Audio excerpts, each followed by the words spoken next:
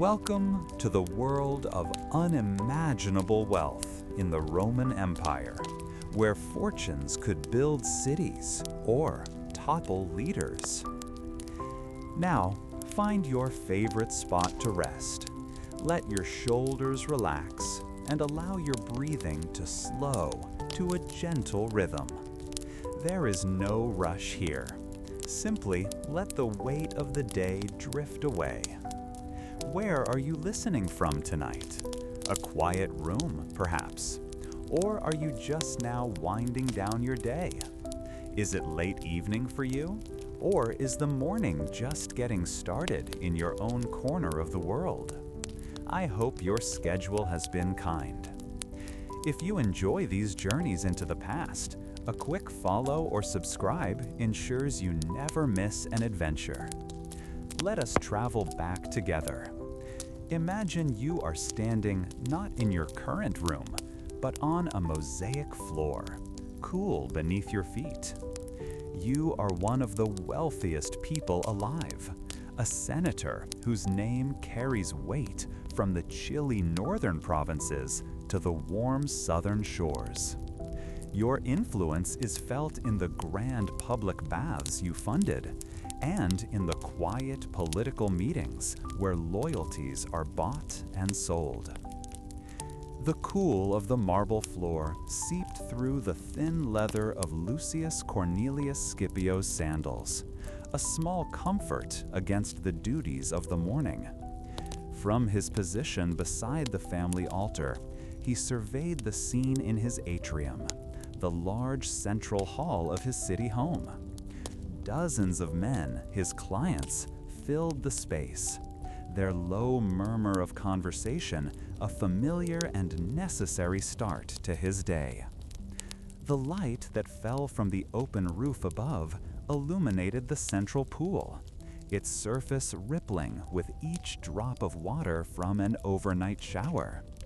He adjusted the heavy folds of his toga, the white wool a stark symbol of his station, and prepared for the procession. This daily ritual, the Salutatio, was the bedrock of his influence, a public display where obligation and favor were woven into the fabric of Roman life. The first man to approach was a baker, his hands still dusted with flour, who bowed low and presented a small, warm loaf of bread. He spoke of a dispute over the price of grain at the market, a problem Scipio could solve with a single word to the right official. Scipio nodded, his expression unchanging, and gestured for his secretary, a quiet Greek man named Alexis, to make a note on a wax tablet. Following the baker was a young man from a respectable but poor family, his eyes wide with hope. He sought a letter of recommendation, a simple scroll bearing Scipio's seal that would secure him a junior officer's position in a legion stationed in Gaul. Each man who came forward represented a thread in the vast net of Scipio's power, a web held together by favors given and debts owed. He saw them all, the struggling poet who needed a patron, the merchant entangled in a contract dispute, the simple freedman who just came to be seen, reinforcing his loyalty. As the line of clients slowly shortened, a different figure appeared at the main entrance, pushing past the doorkeeper with an urgency that broke the morning's careful rhythm. The man's tunic was stained with the dust of the road, and he leaned against a pillar to catch his breath, his chest heaving with effort. He was a courier from Scipio's estate in Campania, the heart of the family's wealth for generations. Scipio felt a knot of irritation tighten in his stomach. News that required such speed was rarely good. He dismissed the remaining clients with a curt wave of his hand, a gesture that sent them scattering back into the city's streets. The courier, seeing his chance, hurried forward and presented a sealed scroll. The wax was still intact, bearing the mark of his estate manager, Marcus. Scipio broke the seal with his thumb and unrolled the papyrus. The words were simple, but their meaning struck him like a physical blow. The Viridian Fields, a neighboring plot of land with olive groves nearly as old as his own, were being sold. This was expected. What was not expected was the name of the leading bidder, Gaius Vipsanius Mosser. Scipio's lip curled in distaste. Mosser was an equestrian, one of the class of businessmen and traders who were growing wealthy beyond reason. He was a new man, his fortune built not on land and service to the state, but on risky shipping ventures and warehouses full of Egyptian grain. The thought of Mosser's new money buying land that had bordered his family's for 100 years felt like a personal insult, a disruption to the natural order of things. He rolled the scroll back up, his knuckles white. This was not a simple matter of outbidding the man. To engage in a public contest of coin with a merchant would be beneath his dignity. It would acknowledge Mosser as an equal. Power, true power, did not shout its name in the marketplace. It whispered in the corridors of the Senate and in the quiet studies of magistrates. He turned to Alexis, who stood waiting with his stylus poised above the wax. Scipio's voice was low, measured, but held an edge of cold steel. "Take 2 tablets," he commanded. "For the first, write to Magistrate Flaccus.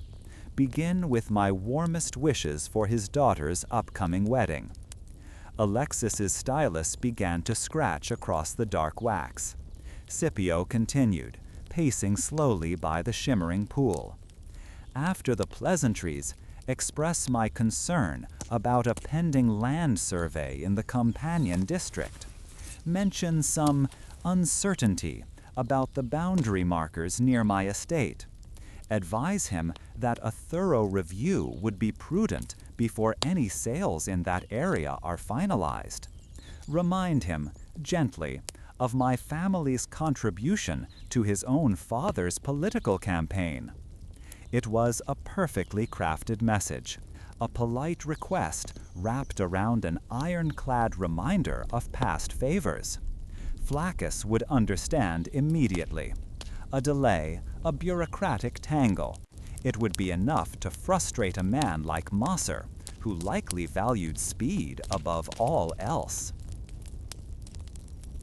"For the second tablet," Scipio said, pausing to look at a faded fresco of his great-grandfather, a consul who had triumphed over Carthage, "address it to the local decurion in Capua. Inform him that I have heard rumors of a sudden influx of coin in his town, and that such things can lead to social unrest and inflated prices." This was a more direct, almost crude form of pressure. A senator expressing concern about local affairs was a warning. It hinted that official eyes from Rome were watching, and that any local official who facilitated a purchase that displeased those eyes might find his own career suddenly stalled. Masser's gold would be seen not as an opportunity for the town, but as a problem. With the instructions given, Scipio felt a measure of calm return. He had not spent a single denarius, yet he had set in motion forces that would likely entangle Masser's purchase in a web of delays and official scrutiny. This was how the world was meant to work. Wealth was more than a pile of coins in a vault. It was the weight of a name, the accumulation of generations of favors, and the quiet understanding of how to pull the unseen levers of power. He wondered for a moment if these new men, with their straightforward calculations of profit and loss, could ever grasp this. They saw land as just another asset, something to be bought and sold like a shipment of spices. They did not understand that for families like his, the land was memory, legacy, and identity itself. He took the 2 finished tablets from Alexis, the wood smooth and cool in his hands. He pressed his heavy gold signet ring, the one bearing the crest of the Cornelii Scipiones, into the soft wax of each seal. The image was of Jupiter holding a lightning bolt, a symbol of unquestionable authority. It was a message in itself, one that both Magistrate Flaccus and the official in Capua would read before they even deciphered a single word of the letter. This was a fight not for olive trees, but for the very idea of what it meant to be powerful in Rome. It was a contest between the permanence of the earth and the fleeting nature of the sea, between the weight of ancestry and the raw energy of commerce. As Alexis departed to find a messenger, Scipio walked to the edge of the atrium and looked out into the walled garden beyond. He could hear the distant sounds of the city now, the rattle of cartwheels on stone, the calls of vendors, the endless hum of a million lives. His actions this morning would ripple outwards, subtly changing the fortunes of men he would never meet, all to protect a legacy rooted in the soil of Campania. He felt no guilt, only a sense of grim satisfaction. He was a pillar of the Republic, and it was his duty to ensure that its foundations, built on tradition and honor, did not crack under the weight of new gold. Around his grand house on the Palatine Hill, the familiar sounds of a senator's day continued their steady, powerful rhythm. The Campanian hills seemed to hold their breath. On Scipio's estate, Marcus, the steward, the villicus responsible for the land and all who worked it, unrolled the small scroll that had arrived from Rome. The wax seal had cracked neatly, but the message itself felt like a fissure opening in the earth beneath his feet.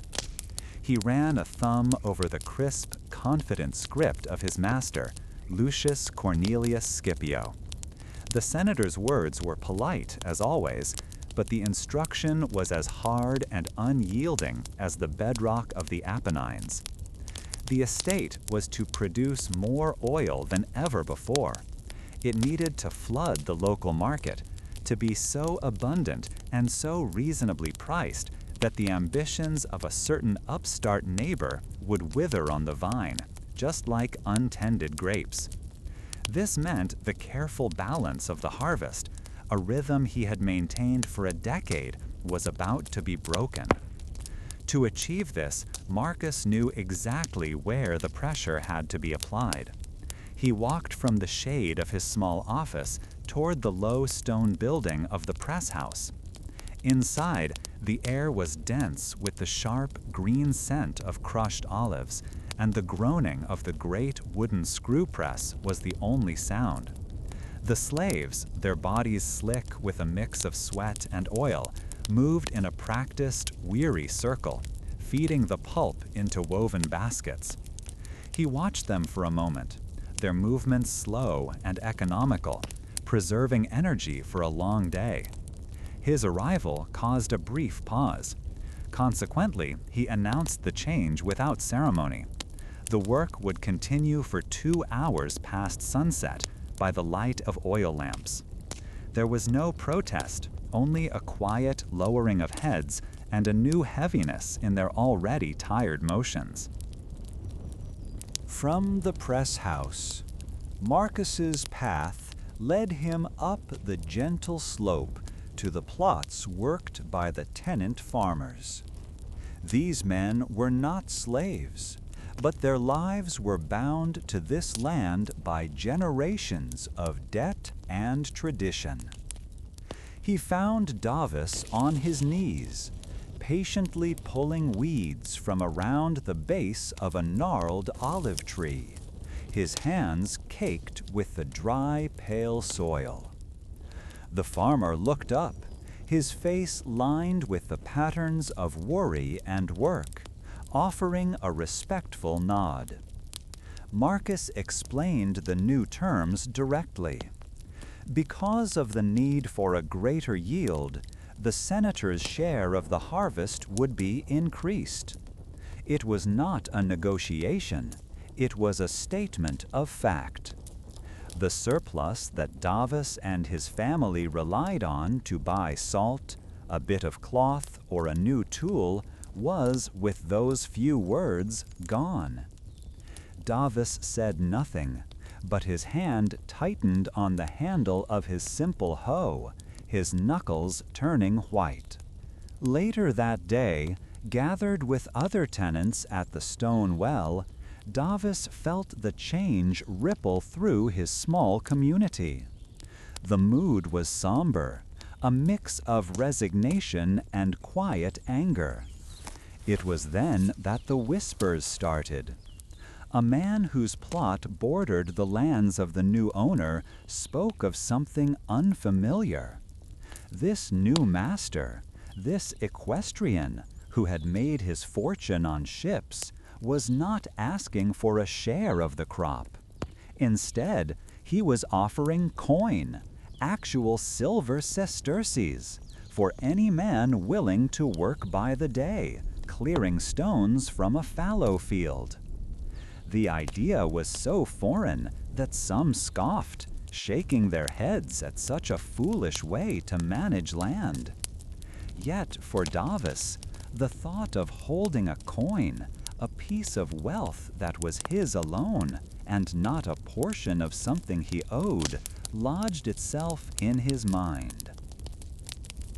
That evening, the smoke from his family's small cooking fire stung Davis's eyes as he watched his wife stir a thin porridge of barley.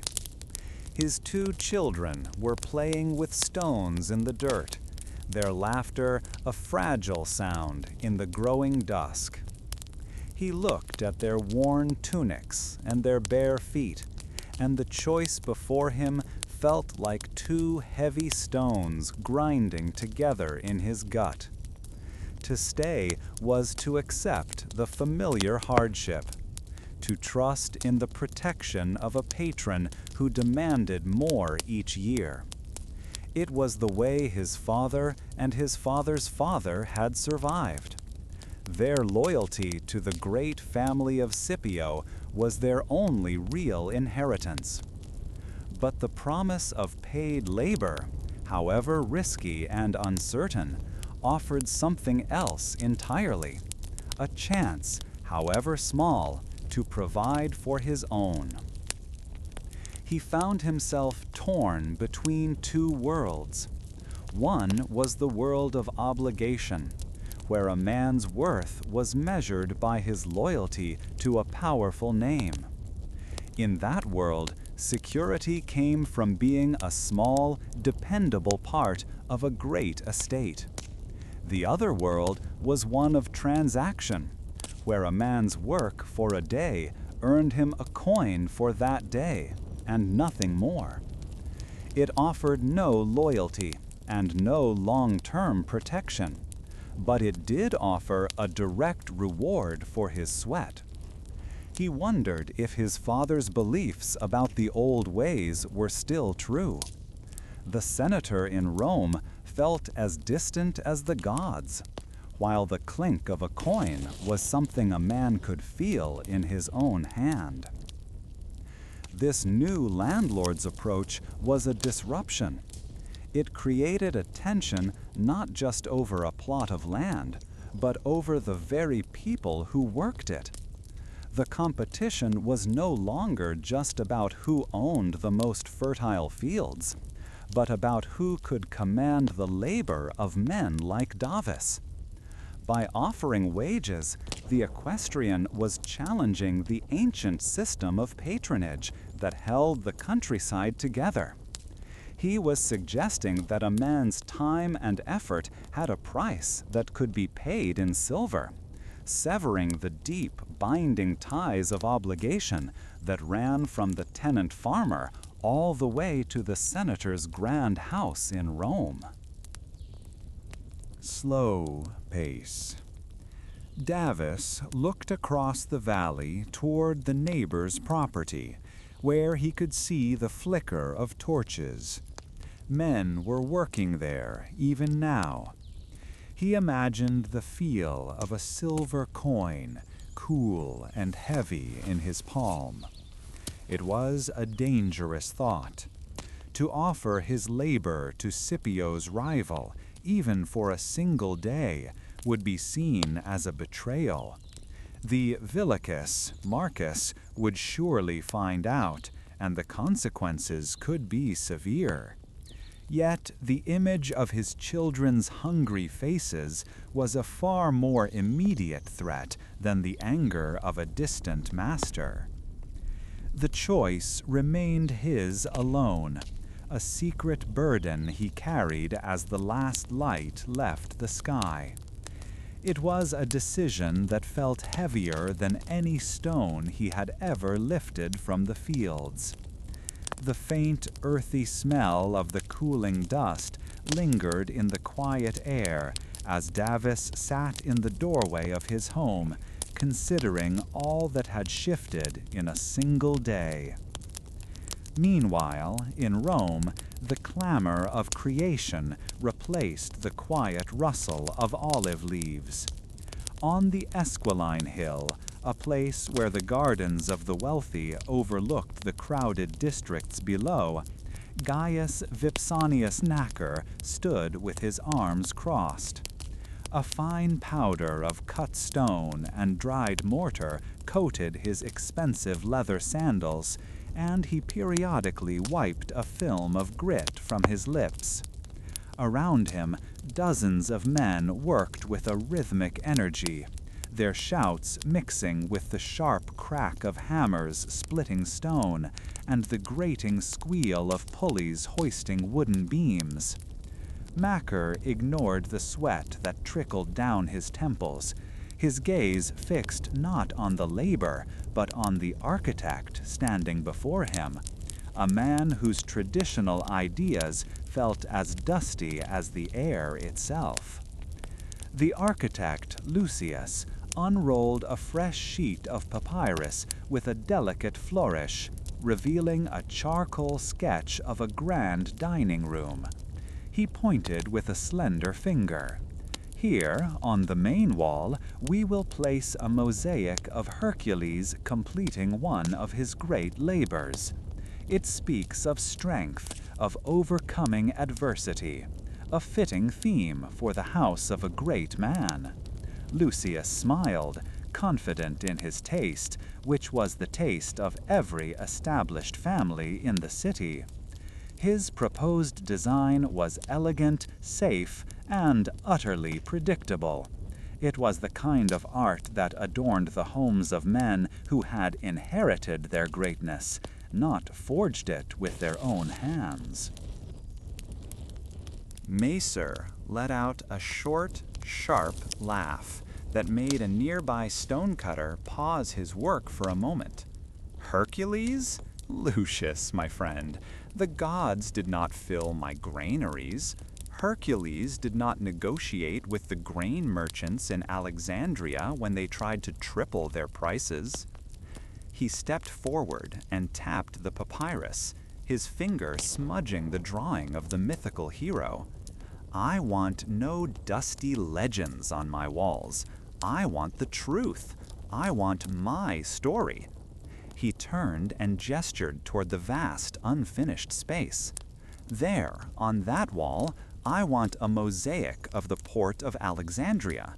I want to see the great lighthouse, its beacon shining.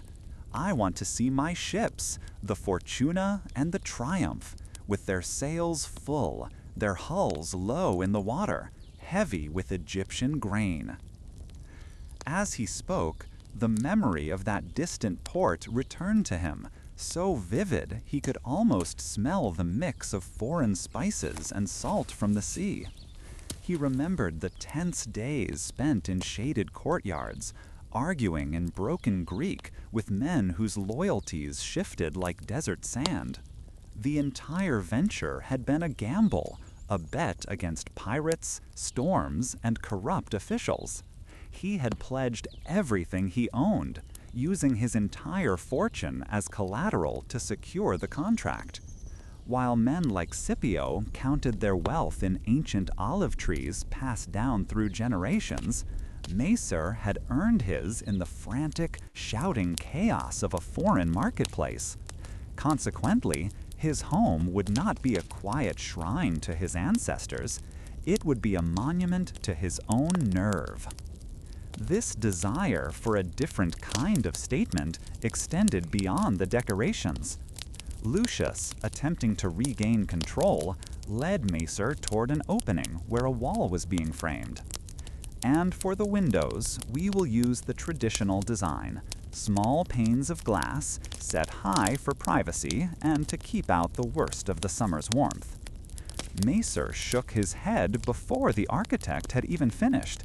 No, I want them large, from the height of a man's knee to the ceiling. I want panes of the clearest glass from Germania, the kind that costs a fortune per sheet. Let the light in. My business is not done in the shadows. This suggestion was even more shocking to Lucius than the mosaic.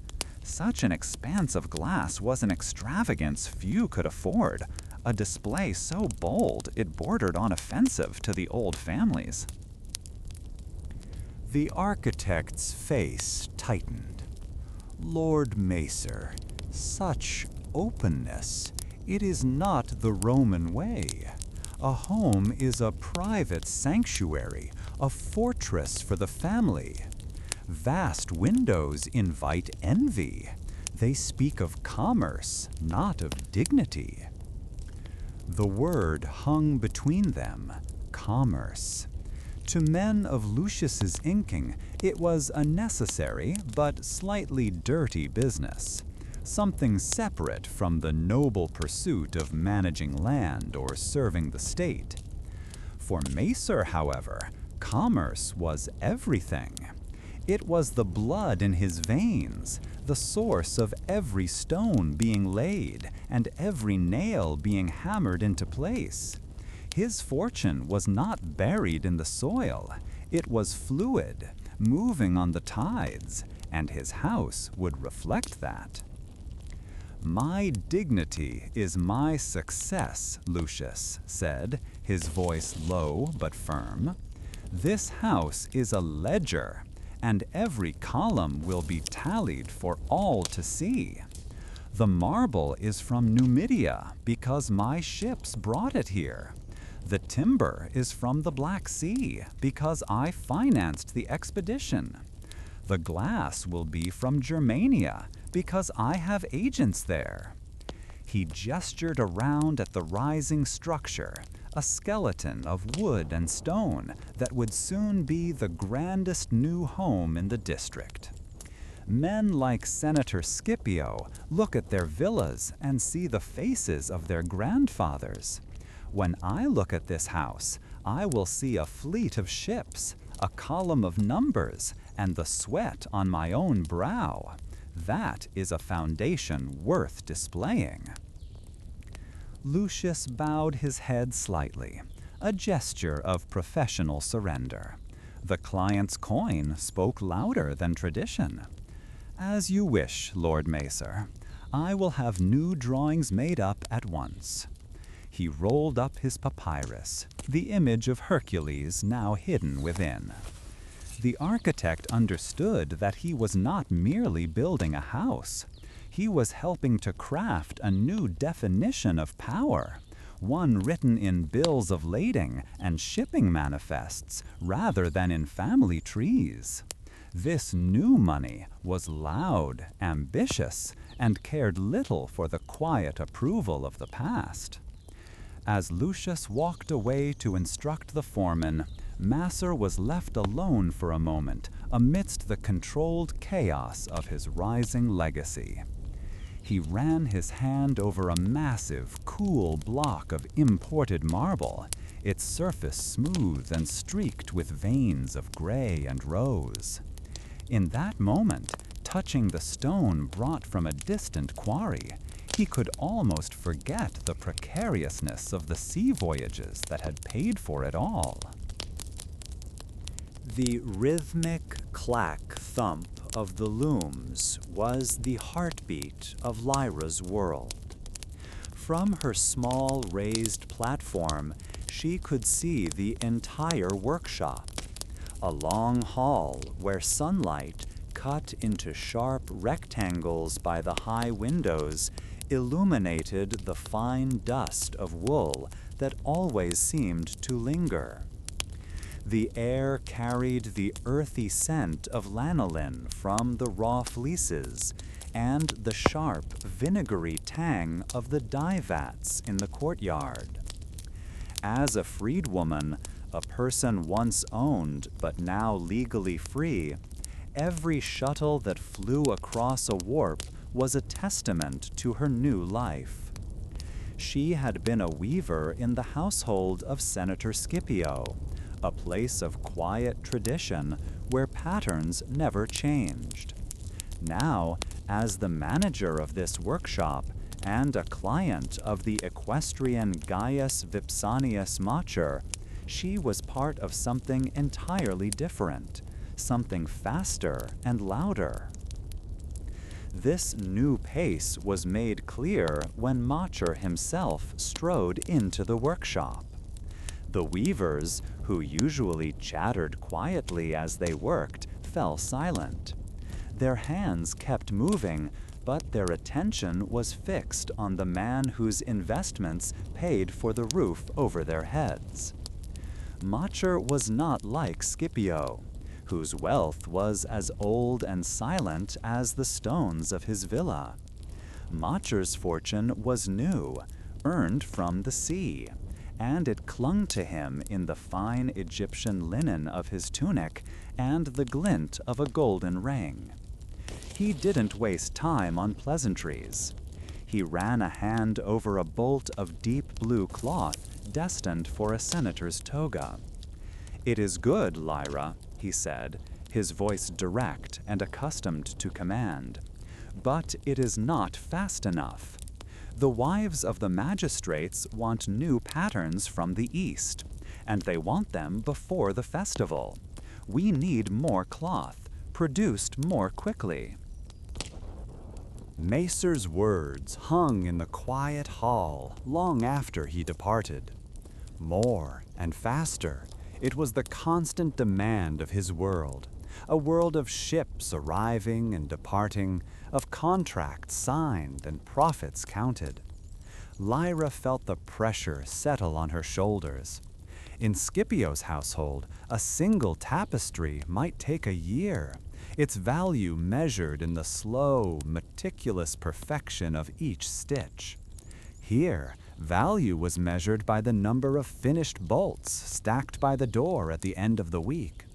She knew her patron's impatience was not a criticism of her work, but a reflection of the restless energy that had made him wealthy.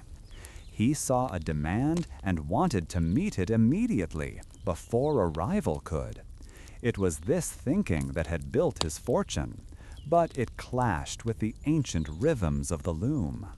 Yet Lyra remembered a conversation from weeks ago, a hushed talk with a Syrian trader in the market.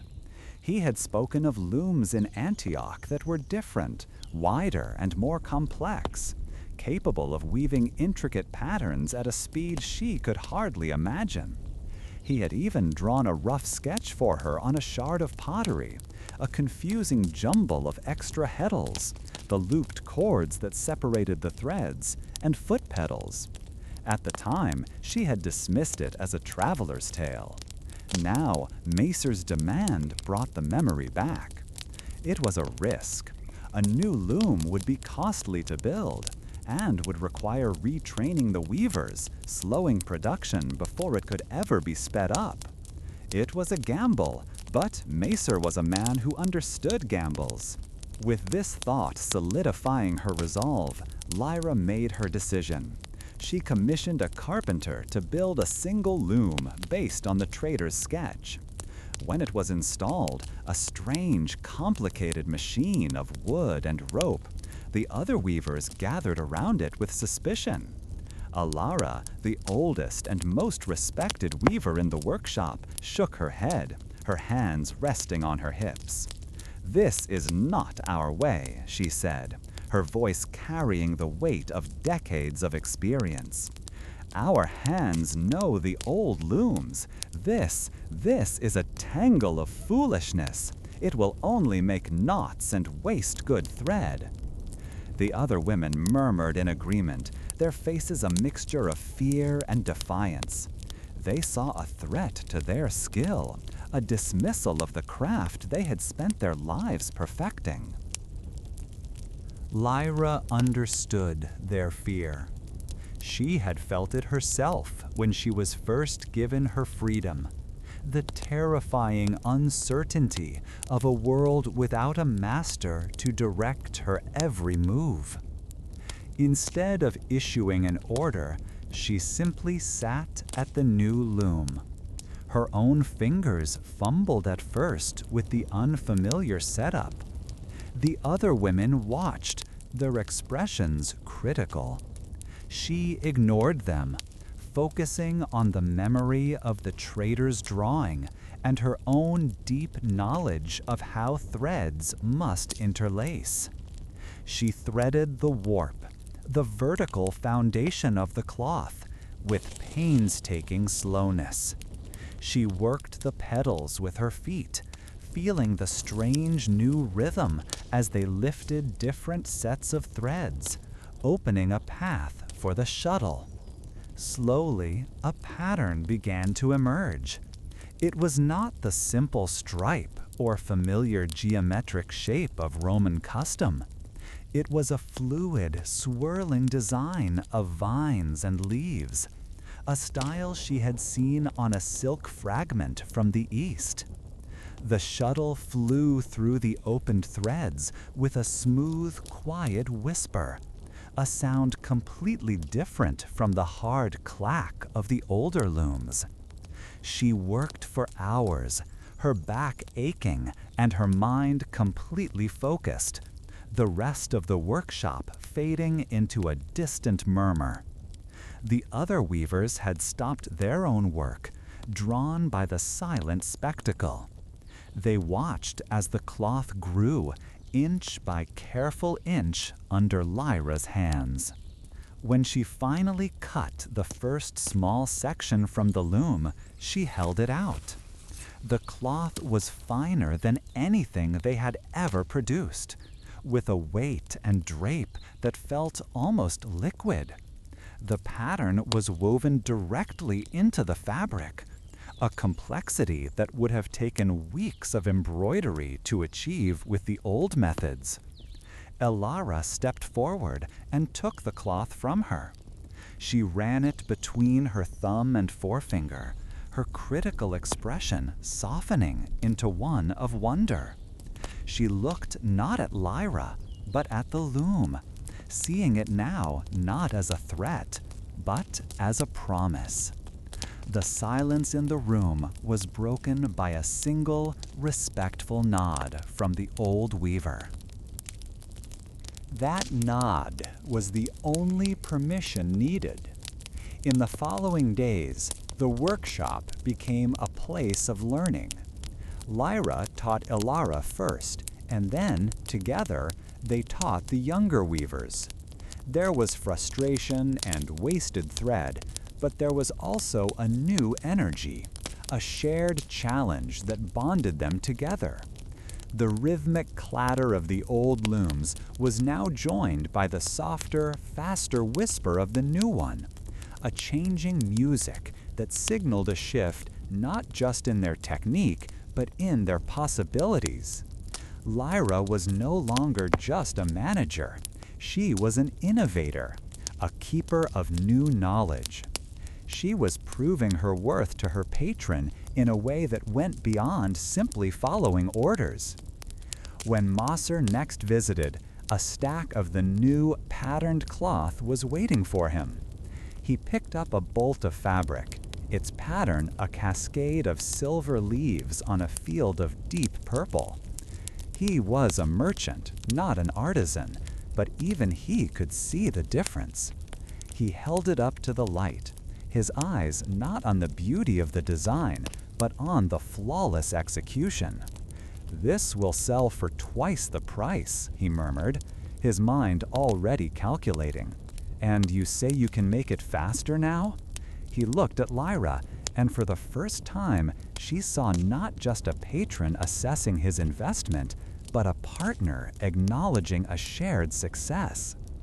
Her position, once as fragile as a single thread, now felt as strong as the bolts of cloth stacked around her. She had not simply obeyed. She had listened, understood the need behind the demand, and found a better way. She had navigated the resistance of her workers not with threats, but with patience and skill, earning their loyalty. She thought of the vast, unchanging fields of Senator Scipio, where wealth was measured by the harvests of generations. Here, in this noisy workshop, wealth was being created anew, from a whispered idea from a foreign land and the willingness to learn. Lyra looked around the room, at the women working with a new focus, their hands moving with growing confidence on the complex machines. Her own hands still bore the faint stains of purple dye, a mark of her trade. She had proven that a person's worth was not tied to the land they were born on or the master they once served. It could be built, thread by thread, through skill, courage, and the vision to see a different pattern.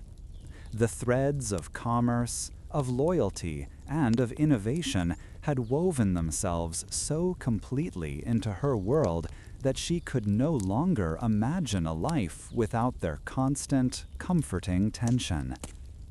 Back in Rome, the air in Senator Lucius Cornelius Scipio's study felt still and heavy, each breath a conscious effort as he hunched over the wax tablets. The columns of figures seemed to mock him, a relentless tally of the cost of legacy. His son, young Lucius, was standing for the office of quaestor, the first step on the long, winding path to the consulship, and the campaign was proving to be a hungry beast. Every line on the tablet represented a drain on the family's wealth: wine for the banquets, wages for the agents who spoke his son's name in the forums, and the ever-growing expense of the grain dole for the citizens in their district on the Suburban Hill. Scipio ran a hand over his tired face, the smooth skin of his patrician fingers a stark contrast to the rough anxieties churning within him. This was the expected price of power, a tradition as old as the Republic itself. Yet the numbers this year felt different, more demanding. This feeling intensified during the evening's dinner. He had gathered a dozen influential senators in his triclinium, the dining room, where they reclined on cushioned couches around a low table laden with delicacies. The scent of roasted dormice glazed with honey and poppy seeds mixed with the sharper, saltier aroma of oysters from the Bay of Naples.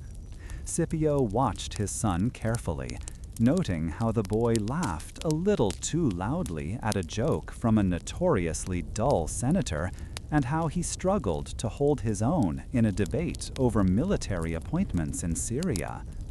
The boy had the name, the lineage, but he lacked the quiet, unshakable authority that came from generations of command. This was a weakness that could only be patched over with silver, and every senator in the room knew it. As they drank Falernian wine from delicate Greek cups, Scipio felt less like a host and more like a merchant, displaying his most valuable product and hoping the price would be deemed acceptable. The next morning, as his litter was carried through the crowded streets toward the Curia, the Senate House, the true source of his growing disquiet became painfully clear. On the plastered walls of a tenement building, a space usually reserved for official notices or crude jokes, a new painting had appeared overnight. It was a vibrant, almost garish depiction of gladiators, their muscles rendered in bold red and brown ochre. Above them, in stark black letters, were the words, "Gaius Vipsanius Macer presents 100 pairs for the delight of the people." Scipio's jaw tightened. This was not a subtle promise of grain or a dignified funding of a public bath. This was a spectacle, a raw and thunderous appeal to the city's most basic appetites, paid for by a man whose grandfather had likely sold fish in the market. He had heard of Macer, the equestrian who had outbid him for the olive groves, but to see his name plastered across the city felt like a personal affront. This challenge to the established order was a topic of hushed conversation among his peers as they gathered in the great hall of the Curia. Hundreds of men in their white togas, some with the broad purple stripe of the senatorial class, formed small clusters, their voices a low hum against the marble. An older senator, a man whose family traced its roots back to the city's founding, leaned toward Scipio. "This Macer," he murmured, his voice dry as dust, "he thinks he can buy the people's love with blood and sand. It is a dangerous game. Popularity bought with entertainment is fleeting and creates a hunger for more." Scipio nodded in agreement, though a colder thought settled in his stomach. Was it fleeting? Or was this a new language of power, one he was too old and too proud to learn? He wondered if service, duty, and a famous name were still enough to secure a place for his family, or if the future belonged to those who could put on the grandest show. That afternoon, Scipio made a decision. He would not, could not, compete with Macer's games. To do so would be to admit that the equestrian's methods were valid, that the favor of the mob could be bought like any other commodity. Instead, he would lean into the traditions that had sustained his family for centuries. He sent a message to the overseer of the family's grain warehouses at the port of Ostia, instructing him to double the distribution for their clients in the city. There would be no flashy posters, no heralds shouting in the streets. The people would simply find that their measure of grain was fuller, the bread their families ate a little less dear. It was an act of patronage, a quiet reinforcement of the ancient bond between a great family and the citizens under its protection. It was a gesture of stability in a world that felt increasingly loud and chaotic. The weight of this decision settled upon him as he walked through the peristyle garden of his home that evening. The central courtyard, open to the sky, was filled with the scent of blooming jasmine and the gentle sound of water trickling from a small fountain. He looked at the marble busts of his ancestors lining the covered walkway. Stern-faced consuls, triumphant generals, wise lawmakers. Their blank eyes seemed to judge him. For generations, they had wielded power through auctoritas, an authority that flowed naturally from their mame, their deeds, and their service to the state. This macer, however, sought influence through sheer spectacle, flaunting a fortune built on trade ships and not on the sacred soil of Italy.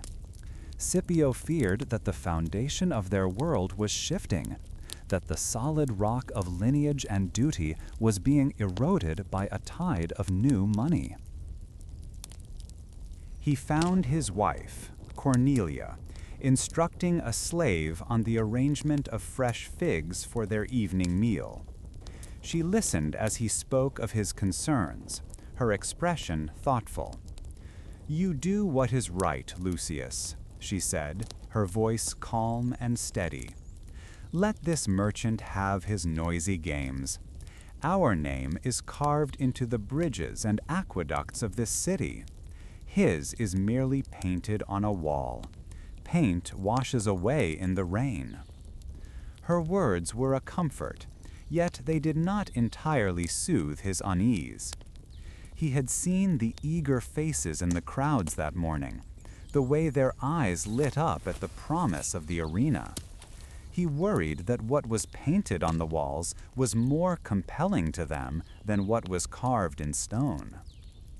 The expense of his son's campaign, now magnified by the need to increase the grain dole, would be immense. It would mean selling a small villa in the Alban Hills and delaying the purchase of a prized team of horses from Hispania. These were small sacrifices, but they were cracks in the facade of effortless wealth his family had always maintained. The equestrian's challenge was not just political. It was forcing Scipio to measure his family's fortune against a new and seemingly limitless source of commercial wealth. The old ways demanded a constant, draining expenditure to maintain influence, while the new ways seemed to generate it from thin air, from the holds of ships laden with Egyptian grain and Spanish silver. As Scipio prepared for bed, the distant murmur of the city, a sound that had always been a source of comfort, felt different tonight. It was not the familiar hum of a city at rest, but a sound filled with a restless energy, an anticipation for the spectacle to come. He knew that deep in the cellars beneath the city, gladiators were sharpening their blades, their lives to be spent for the amusement of the crowds, all to elevate the name of a man he had never met. The quiet trickle of the fountain in his garden seemed a feeble sound against the rising tide of this new Rome. On the hills of Campania, the olive harvest felt heavier than in years past.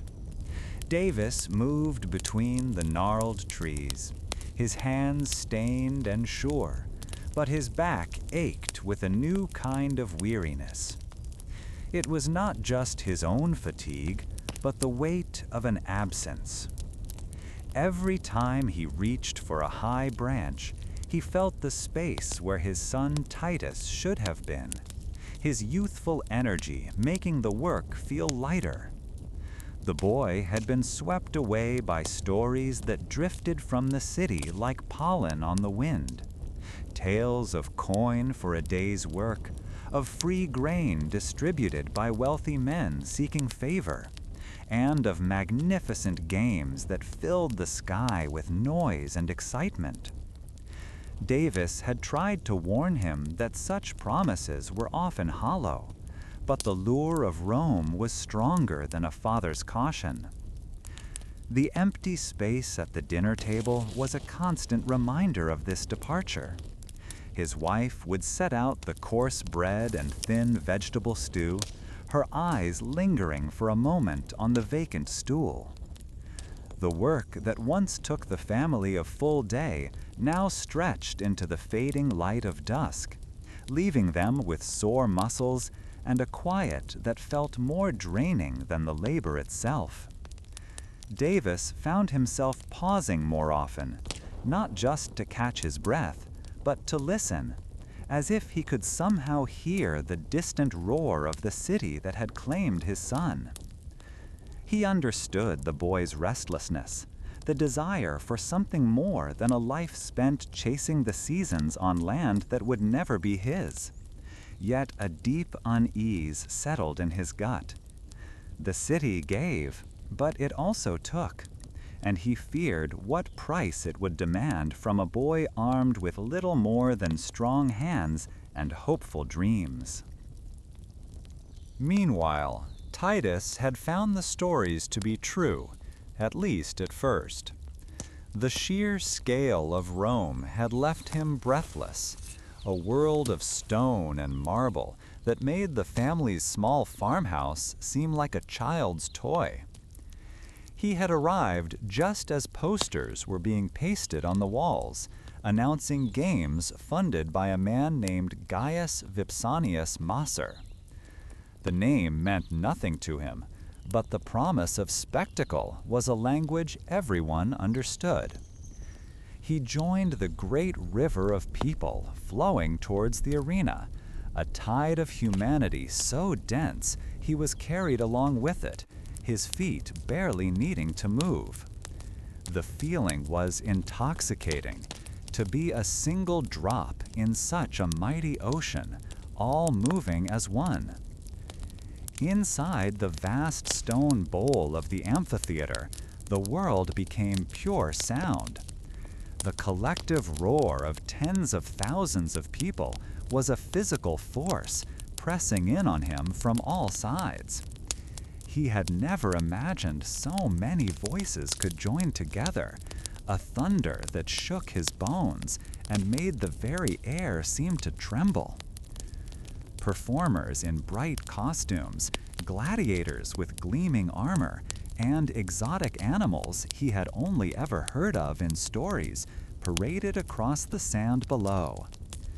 Men loyal to Macer moved through the stands, handing out loaves of cheap, dark bread and pouring cups of watered-down wine. Titus ate greedily, the food a welcome relief to his empty stomach, and the cheers of the crowd became his own.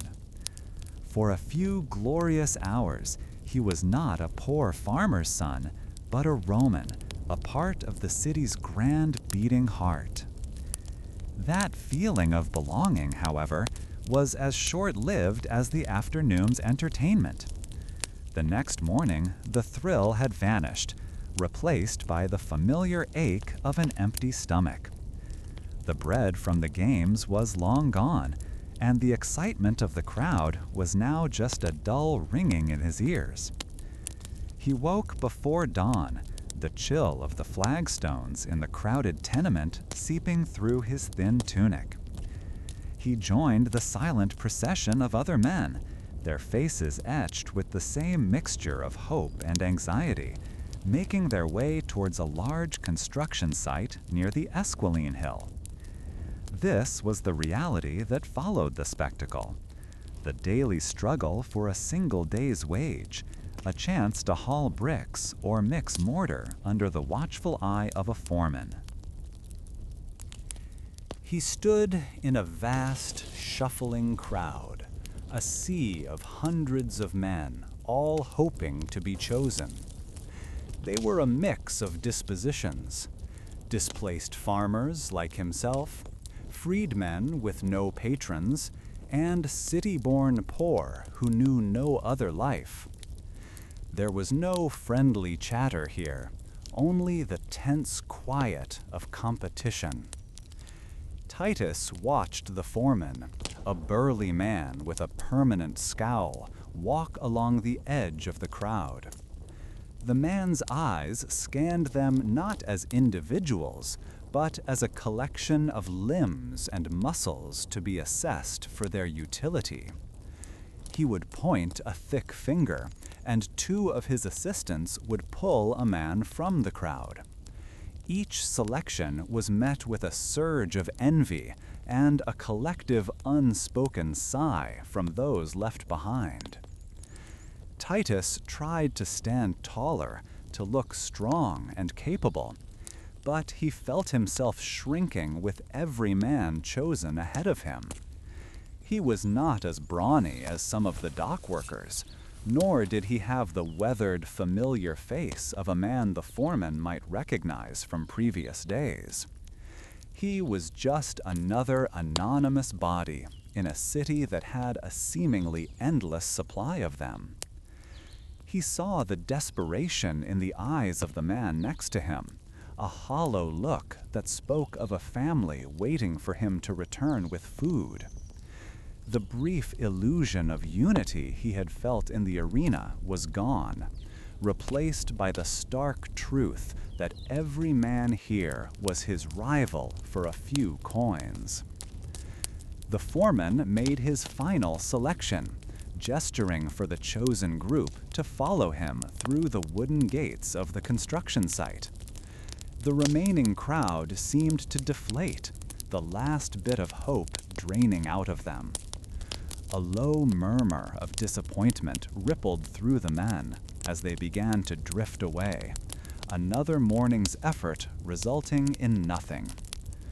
Titus stood frozen for a moment, the finality of the closed gate settling upon him like a shroud.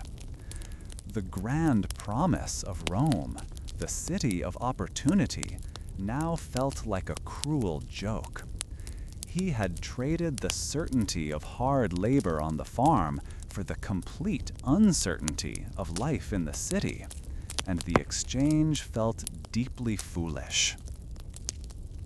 He thought of his father, picturing him in the olive groves. The work was grueling, the returns meager, but there was always food at the end of the day. There was a rhythm to that life, a predictability that he had once mistaken for a cage. Here there was no rhythm, only chaos. The free grain he had heard about was a real thing, a dole handed out by the state. But he had quickly learned it was barely enough to sustain a single person, let alone build a future. It was a tool to keep the city's vast population from starving, nothing more. It was a chain, not a gift, binding people to the city and to the whims of the powerful men who fed them. As he walked aimlessly through the streets, the city seemed different. He no longer saw the magnificent marble columns and grand temples as symbols of power and glory. Instead, he saw them as monuments built by the endless, anonymous labor of men just like him, men who were chosen one morning and ignored the next. He watched a wealthy woman pass by, carried on a covered chair by 4 sweating slaves, her face serene and detached from the grime of the street below.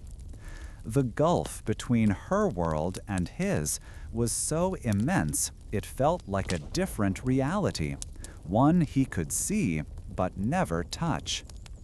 The noise of the city, which had once felt so exciting, now sounded harsh and jarring. The rattle of cartwheels on the stone-paved streets, the shouts of merchants, the cries of beggars. It was a harsh mix of sounds that grated on his nerves. He felt a deep longing for the simple quiet of the countryside, for the sound of the wind in the olive trees, and the familiar bleating of their single goat. He had left the farm seeking his fortune, but all he had found was a more profound kind of poverty, one that was not just about an empty purse, but an empty purpose.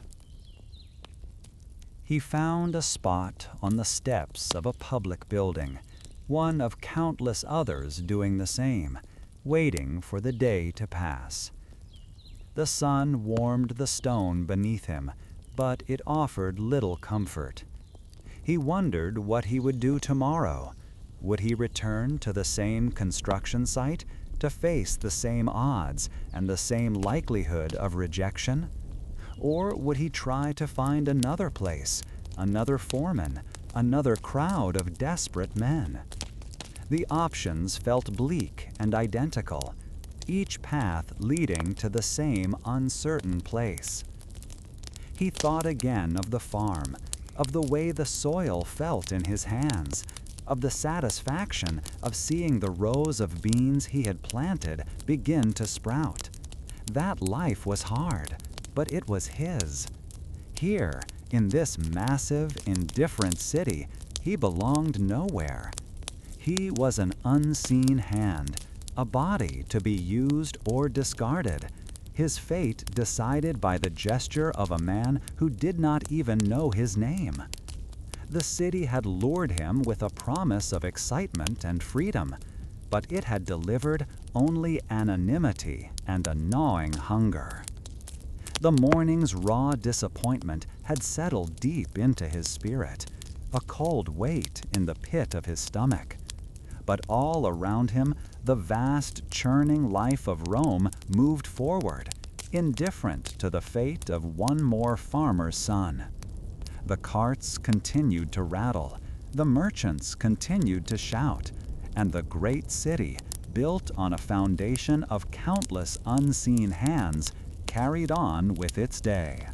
The afternoon light slanted through the costly panes of glass in Gaius Vipsanius Macer's study, casting long, clean rectangles across the mosaic floor. He ran a hand over the polished surface of his citrus wood desk, a recent acquisition from a senator whose debts had finally caught up with him. The wood was smooth as water, its swirling grain a map of some foreign forest he would never see. Macer preferred it that way. The world was a resource to be harvested, not a place for idle wandering. He reached for a scroll delivered by special courier that morning, its clay seal from Hispania already broken. The papyrus felt dry and brittle under his fingertips, a stark contrast to the humid Italian air that made his tunic cling uncomfortably to his skin.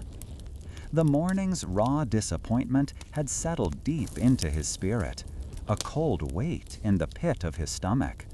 But all around him, the vast, churning life of Rome moved forward, indifferent to the fate of one more farmer's son. The carts continued to rattle, the merchants continued to shout, and the great city, built on a foundation of countless unseen hands, carried on with its day. He unrolled the document carefully, his eyes scanning the neat columns of figures penned by his mine manager. The numbers were excellent, even better than projected. A fresh vein of silver, thick as a man's arm, had been uncovered. The profits listed at the bottom were staggering, enough to fund the construction of another public bath, or perhaps purchase a prime piece of land on the Palatine Hill, should one become available. A slow smile spread across Macer's face. This was the true foundation of power, not dusty family trees or inherited farmland. It was wealth dug from the earth, solid and undeniable, converted into influence that could be spent like coin. This mine, miles away on a rugged Spanish mountainside, was the engine driving his ascent in Rome. As his eyes moved past the celebratory accounting, they fell upon a shorter, more densely written paragraph. The manager's tone shifted from pride to pure function. A section of the northern tunnel, the report stated, had collapsed 2 weeks prior. A tremor in the rock, perhaps, or a poorly supported ceiling. The message was delivered with the same dispassionate clarity as the profit margins. 17 laborers had been lost, their bodies sealed deep within the mountain.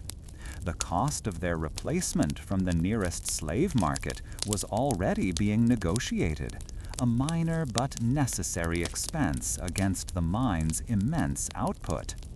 The manager assured Moser that production had only been halted for a single day while the main shaft was inspected for safety.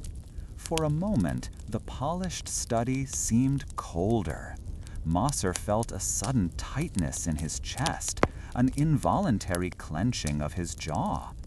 He tried to picture it, the suffocating darkness, the groaning of timbers, the final world-ending roar of rock and earth. The sensation was deeply unpleasant, a sourness that rose in his throat. He had never set foot in one of his mines. He knew them only as names on a map and figures on a ledger. The men who worked them were equally abstract, entries under operating costs. Now, for a fleeting instant, they were real, and their end was a horrifying image that flickered behind his eyes. He pushed the thought away with practiced force, rolling the scroll shut with a decisive snap. What was the point of such feelings? This was the cost of building things, the price of empire. The silver that paid the legions guarding the frontiers, that paved the roads connecting the provinces, that would soon form the very plates from which he ate. It did not simply appear. It had to be torn from the ground by expendable hands. Scipio and his kind pretended their wealth grew serenely from the soil, nourished by sunshine and rain. Macer knew better. All great fortunes, whether from land or trade or mines, were built upon the unseen labor of countless others. To dwell on the particulars was a weakness he could not afford. The lingering unease, however, demanded action.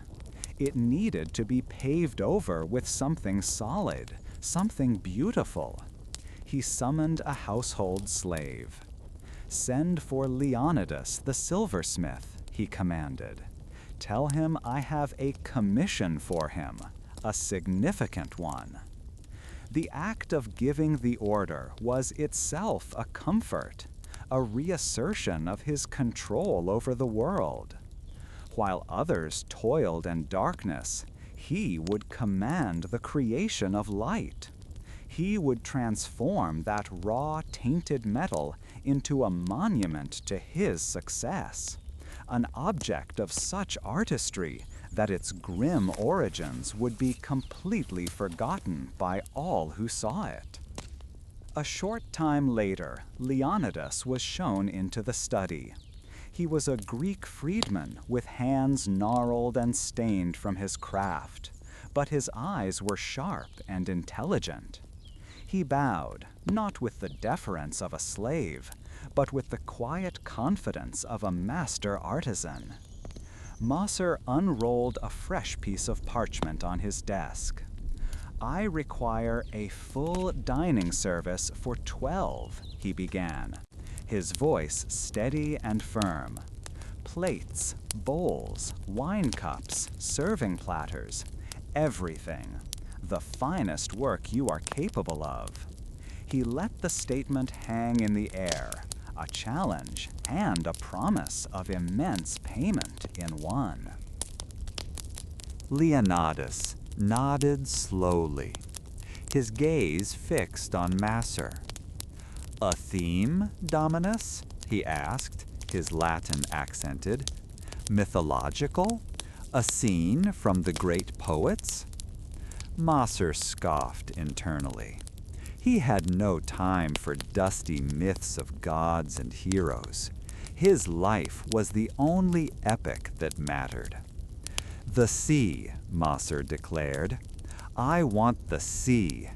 My ships battling storms, arriving in the harbor of Alexandria, unloading grain.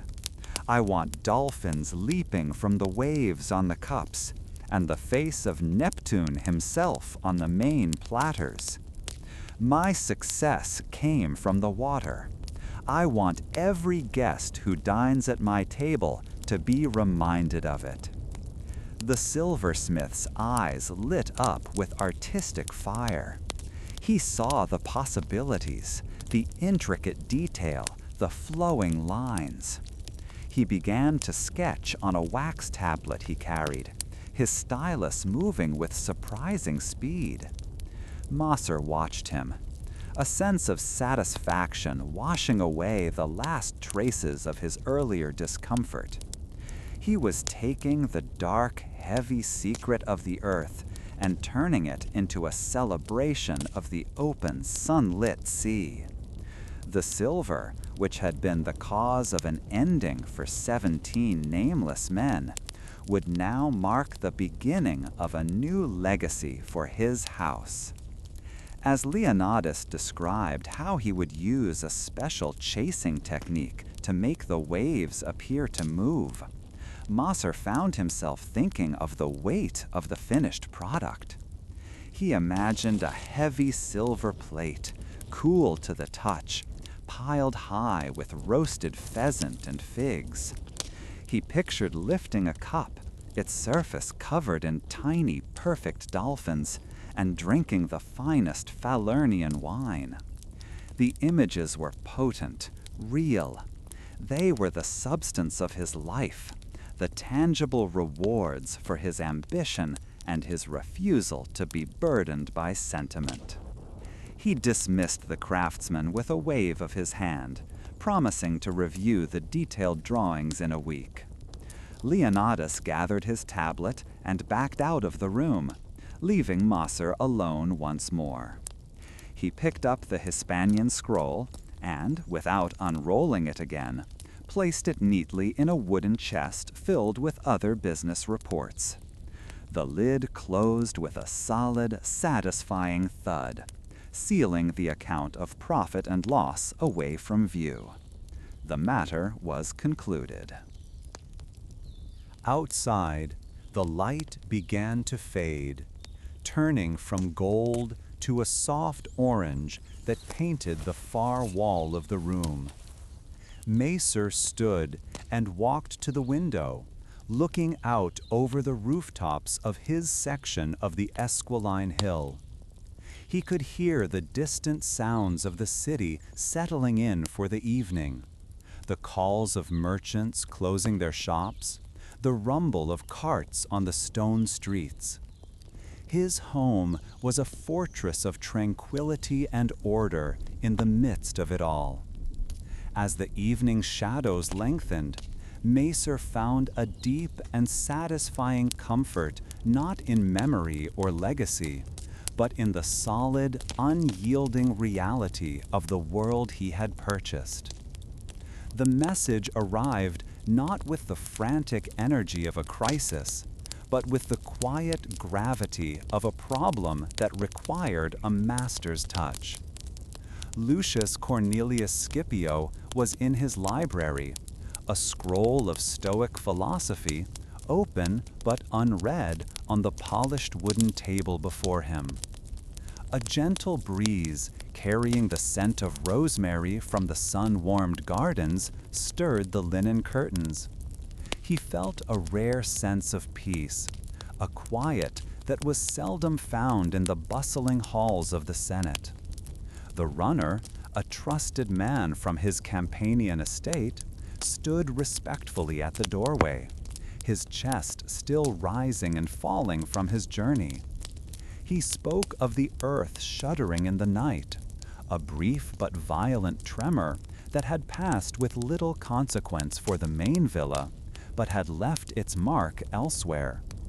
The small temple to Ceres, the goddess who watched over their fields, had been damaged. A long, jagged crack had split its eastern wall. Following this news, Scipio traveled to the site himself, choosing to walk the final stretch from the villa through the olive groves. The tenants and field workers who had gathered near the damaged structure fell silent as he approached, their expressions a mixture of reverence and concern. They looked to him not merely as a landowner, but as the center of their world, the patron whose fortune and favor ensured their survival. The temple was a simple building, made of local tufa stone and weathered timber, built by his grandfather's generation. It was their sacred space, a place for small offerings and quiet prayers for a good harvest. He ran a hand along the new fissure in the wall, feeling the gritty dust and the displaced stone. A section of the roof had collapsed, leaving a gaping hole through which the sky was visible. Inside, the small altar was covered in a fine layer of plaster dust, and the air held the dry, chalky smell of breakage. The repair, he calculated, would be straightforward. A team of stonemasons, a supply of timber, and the work could be done before the next festival. It was a duty, plain and simple. That evening, in the softly lit peristyle garden of his villa, Scipio explained his plan to his wife, Cornelia. Water trickled from a small fountain, its gentle splashing the only sound between them as he spoke of masons and materials. He described it as a matter of maintenance, a necessary expense to restore what was broken. Cornelia, however, sat perfectly still, her fingers steepled, her gaze fixed on the mosaic floor depicting the triumphs of his ancestors. When he finished, she did not immediately agree. Instead, she posed a question that shifted the entire foundation of his thinking. "And what will this repair say to our people, Lucius? That the Scipios are merely good caretakers? That we patch what is broken and do no more?" Her words lingered in the quiet garden. She leaned forward, her voice low but intense, a stark contrast to the peaceful setting. "Men like this Macer, this merchant, buy the loyalty of the city mob with bread and circuses. He builds a palace of glass and foreign marble, not for shelter, but to shout his wealth to the heavens.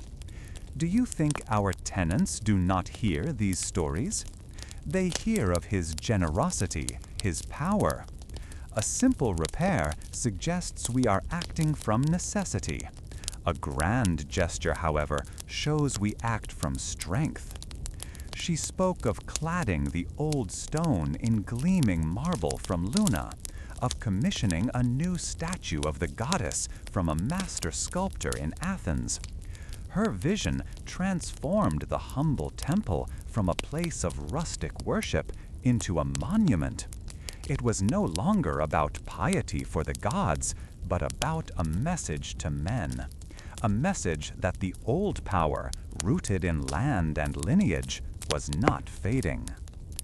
Scipio felt a profound unease settle over him, a discomfort that went deeper than the cost of marble or sculptors. He had always been taught that true power was quiet, assured, and rooted in duty, the mos maiorum, the way of the ancestors. His father would have repaired the temple efficiently and without fanfare, considering the matter closed. Yet he could not dismiss Cornelia's logic. The world was changing. New men, their fortunes built on the risky tides of commerce rather than the steady cycle of the seasons, were loud, dynamic, and unapologetically displayed. To remain silent, to perform one's duty without spectacle, could be mistaken for weakness. He found himself torn between the simple obligation his father would have honored and the grand statement his wife insisted their era demanded. It felt like a betrayal of his principles, yet perhaps a necessary one for his family's survival.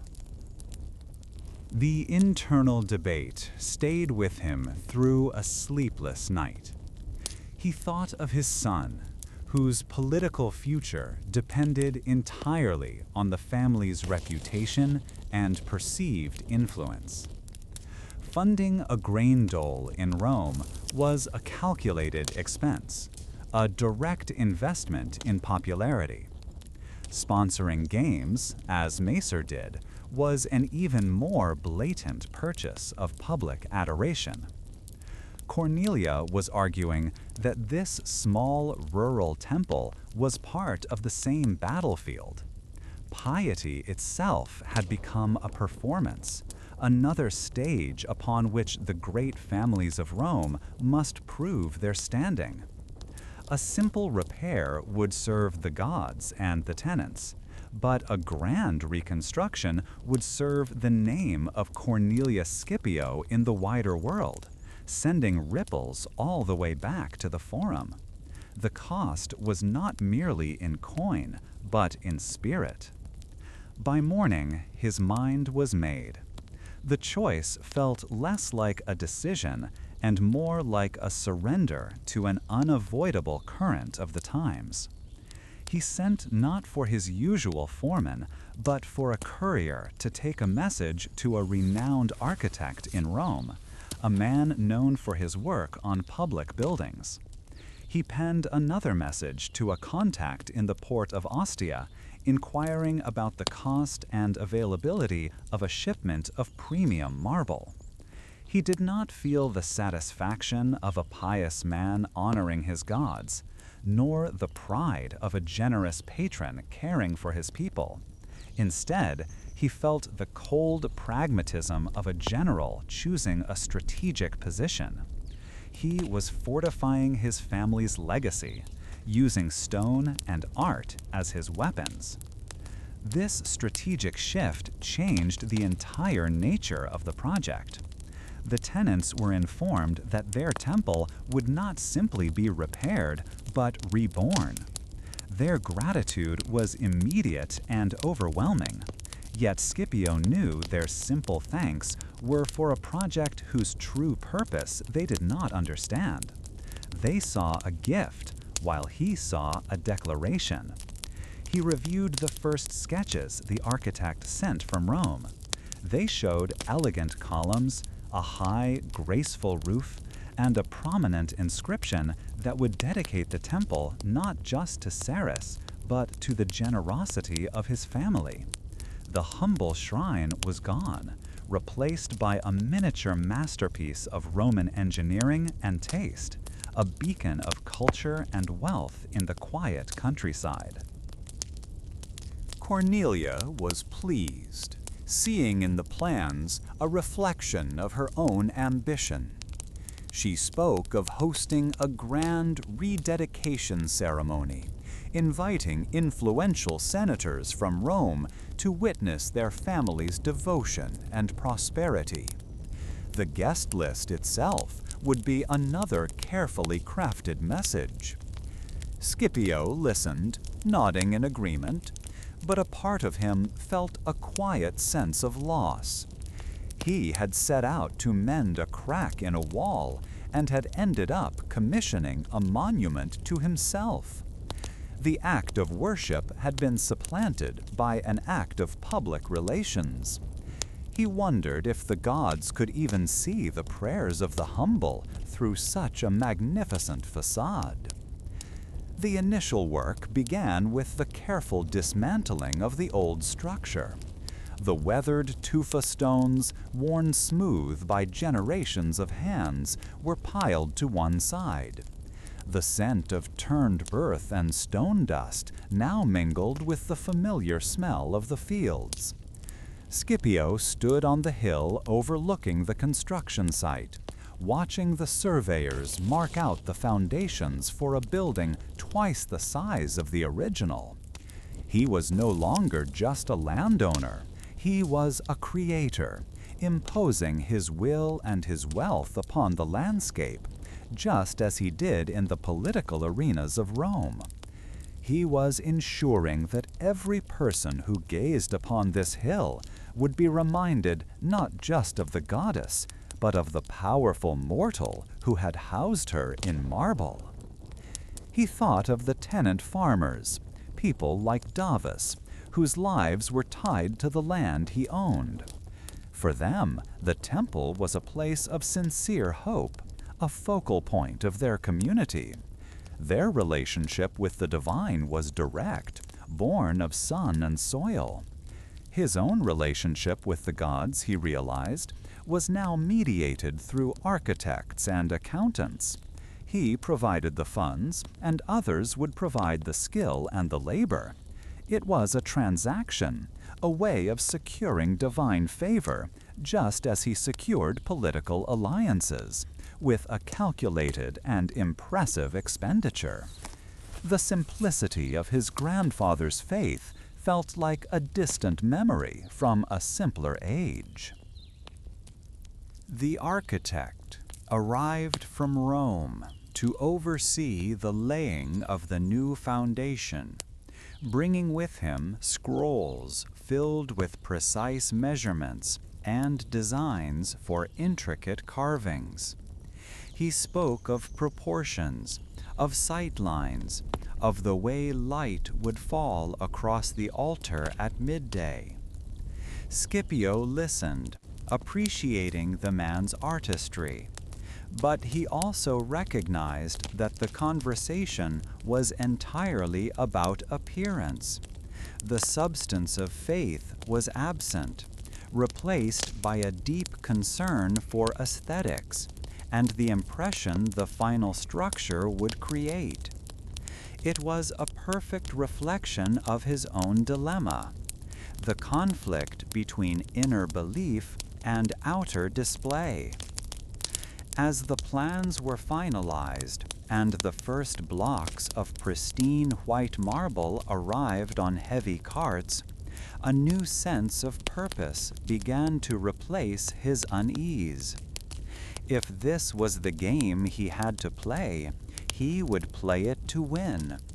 He approved a design for a carved frieze depicting his own ancestor, the great Scipio Africanus, giving thanks to the gods after a victory. The message was clear. Piety and power were intertwined in his bloodline. This was not just a temple. It was a chapter in his family's story, written in stone for all to see. The old ways of quiet duty were insufficient for the new Rome. One had to build one's legacy, block by gleaming block. Standing there as the sun began to set, casting long shadows from the olive trees, he imagined the finished building. He could picture its white columns catching the morning light, a symbol of order and prosperity visible for miles.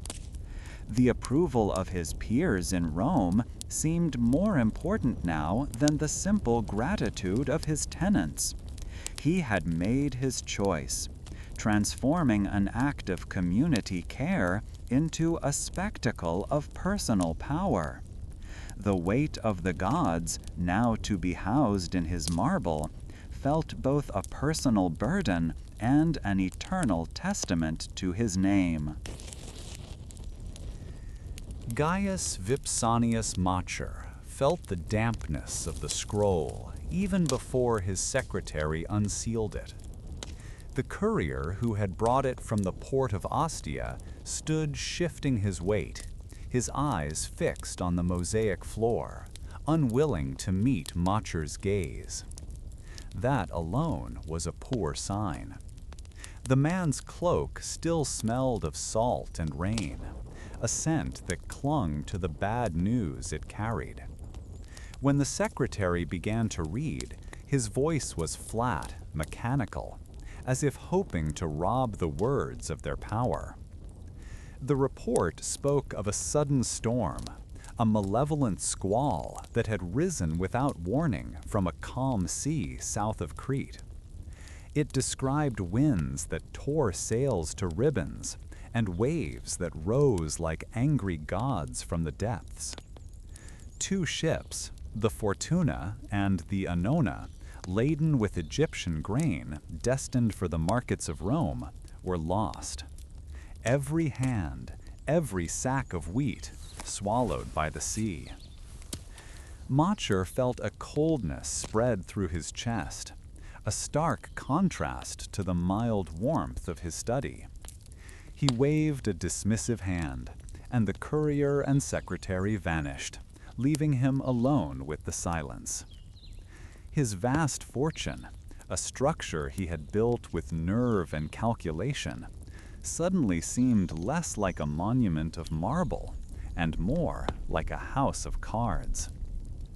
He walked to his counting table, the smooth, dark wood cool beneath his fingertips.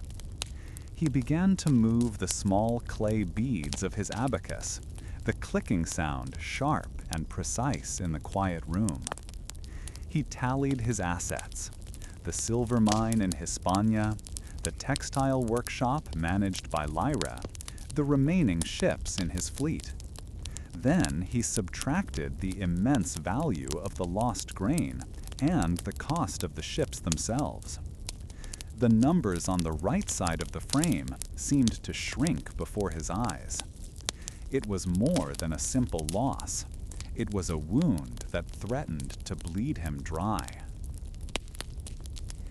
This news was followed by another, arriving not on a damped scroll, but as a rumor carried by a merchant from Alexandria. A sickness, the man had whispered, was spreading through the eastern provinces. Not the common fevers that came with the summer, but something swift and debilitating. In the coastal cities of the Levant, where the precious murex snails were harvested from the sea, the work had all but stopped. The vats used to create the rare Tyrian purple dye, the color of emperors and senators, lay empty. The supply chain that stretched from the shores of Phoenicia to the workshops of Rome had been severed. For Mosser, this second blow landed almost as heavily as the first. The purple dye was the lifeblood of Lyra's workshop, the source of its fame, and the reason wealthy matrons paid such staggering prices for its cloth. The combined weight of these disasters forced his hand. That evening, he sent a message to the agent who managed his properties. The small but elegant villa he owned near the coast at Baiae, a place of leisure and sea breezes, was to be sold. It was a place he loved, filled with memories of pleasant gatherings and quiet afternoons spent looking out at the water. Now, the thought of its seaside view felt like a mockery. He spent the next day composing letters to men who owed him money, his usual polite requests replaced with a firm, almost demanding tone. Each letter he sealed was a small admission of weakness, a crack in the facade of untouchable success he had so carefully constructed. His great house on the Esquiline Hill, once a symbol of his unstoppable rise, now felt like a gilded cage, its luxuries a heavy reminder of all he stood to lose. Meanwhile, in the bustling district across the city, Lyra stood in the center of her workshop. The familiar, rhythmic clatter of the looms had fallen silent one by one as she shared the news. The weavers, women whose hands were never still, now stood with their arms crossed or hanging limply at their sides. The air, usually alive with the sounds of production, felt unnervously still. Lyra watched their faces. She saw the flicker of fear in the eyes of the younger women, who had known only prosperity since joining the workshop. She saw a weary resignation in the older ones, who had seen fortunes rise and fall before. These artisans were her responsibility, their livelihoods woven into the success of her enterprise, which was in turn tied to Mosser's distant, fragile ships and the health of snail gatherers in a land most of them could never imagine. She called them together, her voice clear and steady despite the knot forming in her stomach. "The purple dye will not be coming," she announced, leaving no room for false hope. A murmur went through the small crowd. "Mosser's fortune has suffered, and so has ours." She paused, letting the weight of the statement settle. Then she moved toward the storage room, her steps purposeful. "But we are not dyers of one color. We are weavers of cloth." She returned with bundles of wool dyed in the rich, earthy tones of the Italian countryside, a deep red from the madder root, a calming blue from the woad plant, and a sunny yellow from weld. The colors were common, a far cry from the imperial purple, but they were vibrant and, most importantly, they were available. "We will make fabrics for the people of this city, not just for senators' wives. Our work will be just as skilled, our cloth just as fine." Later that week, she met with Mosser in his study. The usual offerings of wine and fruit were absent. He looked tired, the confident energy she was used to now replaced by a grim focus. He laid out the full extent of his financial troubles, speaking not as a patron to a client, but as one merchant to another. He confessed the need to sell the villa and call in his debts. Lyra, in turn, presented her plan. She showed him samples of the new fabrics, explaining how they could be produced more cheaply and sold to a wider market. She argued that while the profits would be smaller, the income would be steady, a reliable stream of coin while he weathered the larger storm. It was a shift from high-risk luxury to dependable volume. As Mosser listened, he felt a grudging respect. Lyra was not simply waiting for his patronage to save her. She was adapting, finding a path through the crisis. He ran his hand over the soft wool dyed with madder. It was a commoner's color, yet the craftsmanship was undeniable. It represented a form of wealth he had overlooked. Not the grand sweeping fortunes won on risky sea voyages, but the resilient, practical wealth built by skilled hands from the resources of the land right here. He agreed to her plan, giving her a small advance to purchase the new dyes in bulk. The transaction felt different. It was not the gesture of a powerful man bestowing favor, but a calculated investment in a shared struggle for survival. That evening, Lyra walked home through streets that seemed quieter than usual. The news of Mosser's losses and the sickness in the east had spread like a bad wind through the commercial districts. Other merchants, she knew, were facing similar uncertainties. The web of trade that connected Rome to the farthest corners of the world, once a source of endless opportunity, now felt like a fragile net, easily torn. She thought of her weavers, their quiet acceptance and their trust in her. She had promised them security, a life better than the one she had known in servitude. Now that promise felt as brittle as a dried leaf.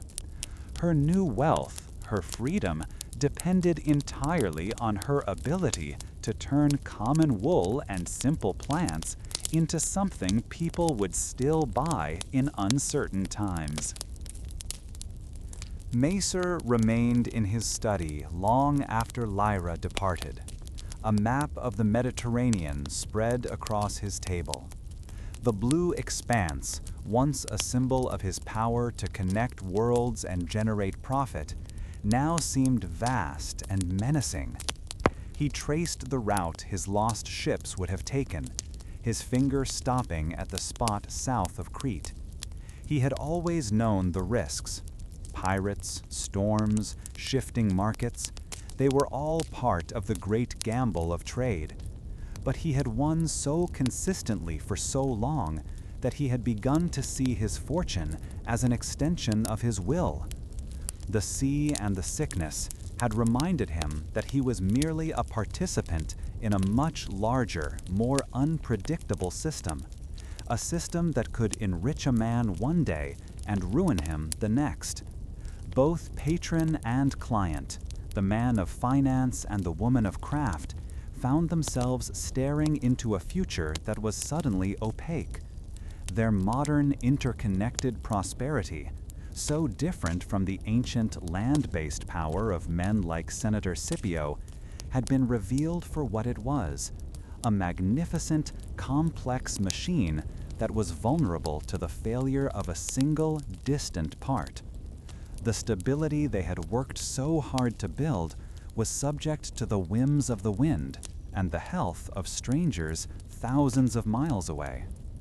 In the deepening twilight, Macer sat with the heavy ledger of his losses, while Lyra carried the day's burdens into a restless sleep.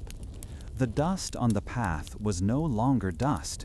It had become a fine, pale powder that rose in lazy clouds with every step.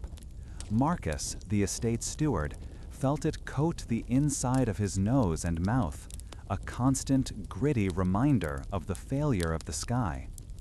He walked past a field that should have been green with a late summer crop of beans, but the plants were yellowed, withered stalks that rattled in the dry breeze.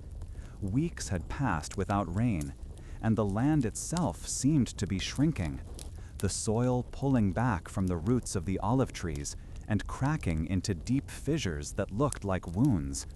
The creek that usually gurgled with life was now just a meandering scar of damp, dark stones and baked mud, its silence more unsettling than any loud alarm. This grim inspection was prompted by the scroll that had arrived from Rome an hour earlier, carried by a rider whose horse looked as tired as the land. Marcus had unrolled it in his office, the crisp papyrus a stark contrast to the parched world outside his window. Senator Scipio's words were clear, precise, and devoid of any sentiment. The grain shipments from Egypt were delayed, and prices in the city were rising. Consequently, the estate's main granaries were to be sealed. The reserves were for the master's household and for sale at the proper time. The tenant's usual allotment was to be cut by more than half, effective immediately. The command left no room for interpretation or appeal. It was a simple calculation of assets and risks made hundreds of miles away. Following this directive, Marcus made his way to the large stone granaries that stood near the main villa. The air inside was still and smelled faintly of dry grain and sleeping mice, a scent of security that now felt like a taunt. He supervised as two slaves swung the heavy wooden doors shut, the sound echoing in the unnatural quiet of the afternoon. Marcus himself turned the large iron key in the lock, the metallic scrape and final clunk sounding like a pronouncement of doom. As he slid the key onto the leather cord around his neck, he avoided the eyes of the few tenant farmers who had gathered nearby, their faces already etched with a deep-seated worry that was about to turn into raw fear. He knew their expressions without looking, having seen them on countless other faces during lean years, but never this early, never this severe. For Davis, the tenant farmer, the news did not come from Marcus's mouth, but from the silence that followed the closing of the granary doors. That silence was louder than any proclamation. He returned to his small two-room hut, the home he shared with his wife and two young children, feeling a hollowness in his gut that had nothing to do with hunger yet. His wife, Elia, was at the hearth, stirring a thin porridge of barley flour and water. There was so little flour left that the mixture was watery and pale. She looked up as he entered, her eyes asking the question she already knew the answer to. He simply shook his head, and her shoulders slumped, a small, defeated gesture that felt heavier than a blow. Their world, always precarious, had suddenly tilted towards a cliff's edge. The abstract, financial concerns of Senator Scipio in Rome had now become a tangible crisis in Davis's home. That evening, the family ate their meager meal in near silence, the only sound the scraping of wooden spoons against their clay bowls. Davis watched his son, a boy of 6, try to lick the last smear of porridge from his dish. Later, as they lay on their straw pallets in the dark, a small, dry cough from his daughter's corner of the room seemed to pierce the stillness. It was a sound of weakness, a sound of want. He lay awake long after the others had fallen into a restless sleep, listening to the quiet, hungry sounds of his family.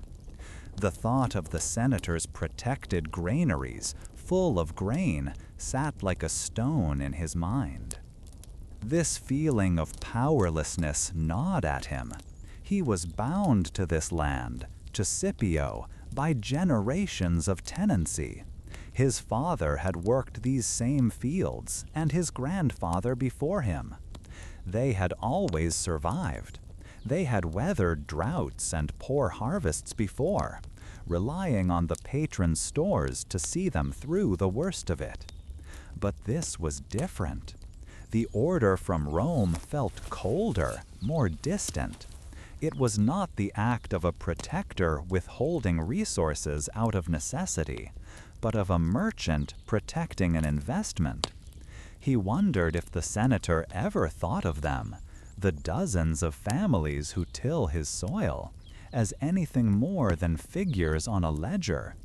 Did he picture their faces when he dictated his letters about market prices and grain reserves?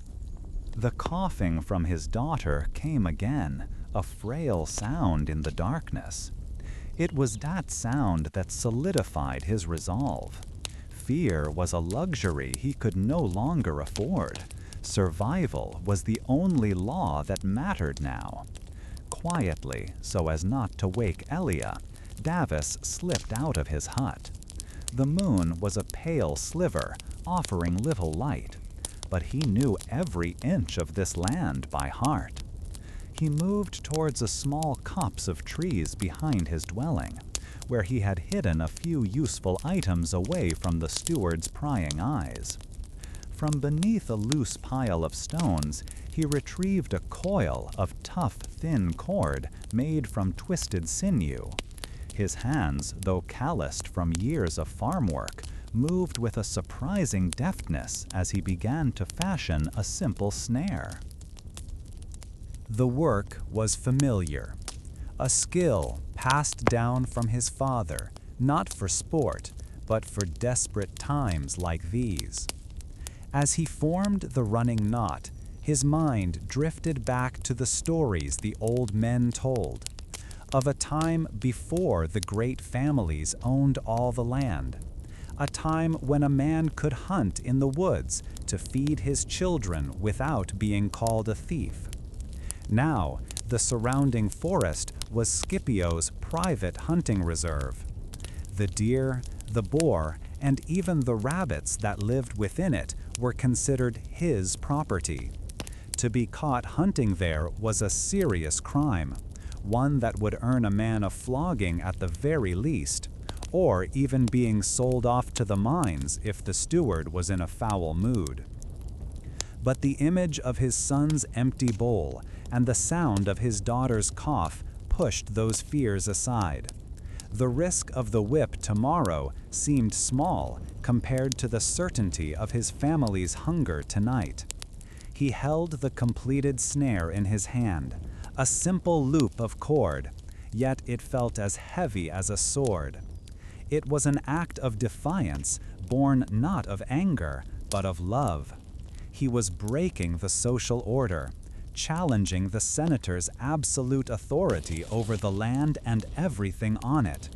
The law was clear, but the law did not fill a child's stomach.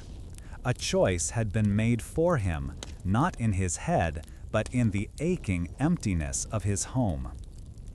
He moved silently toward the low stone wall that marked the boundary of the tenant fields and the beginning of Scipio's woods.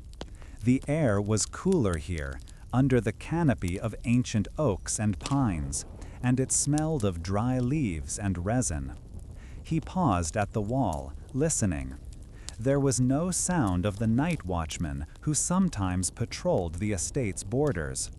The only sound was the thumping of his own heart against his ribs. He swung a leg over the wall, landing softly on the bed of pine needles on the other side.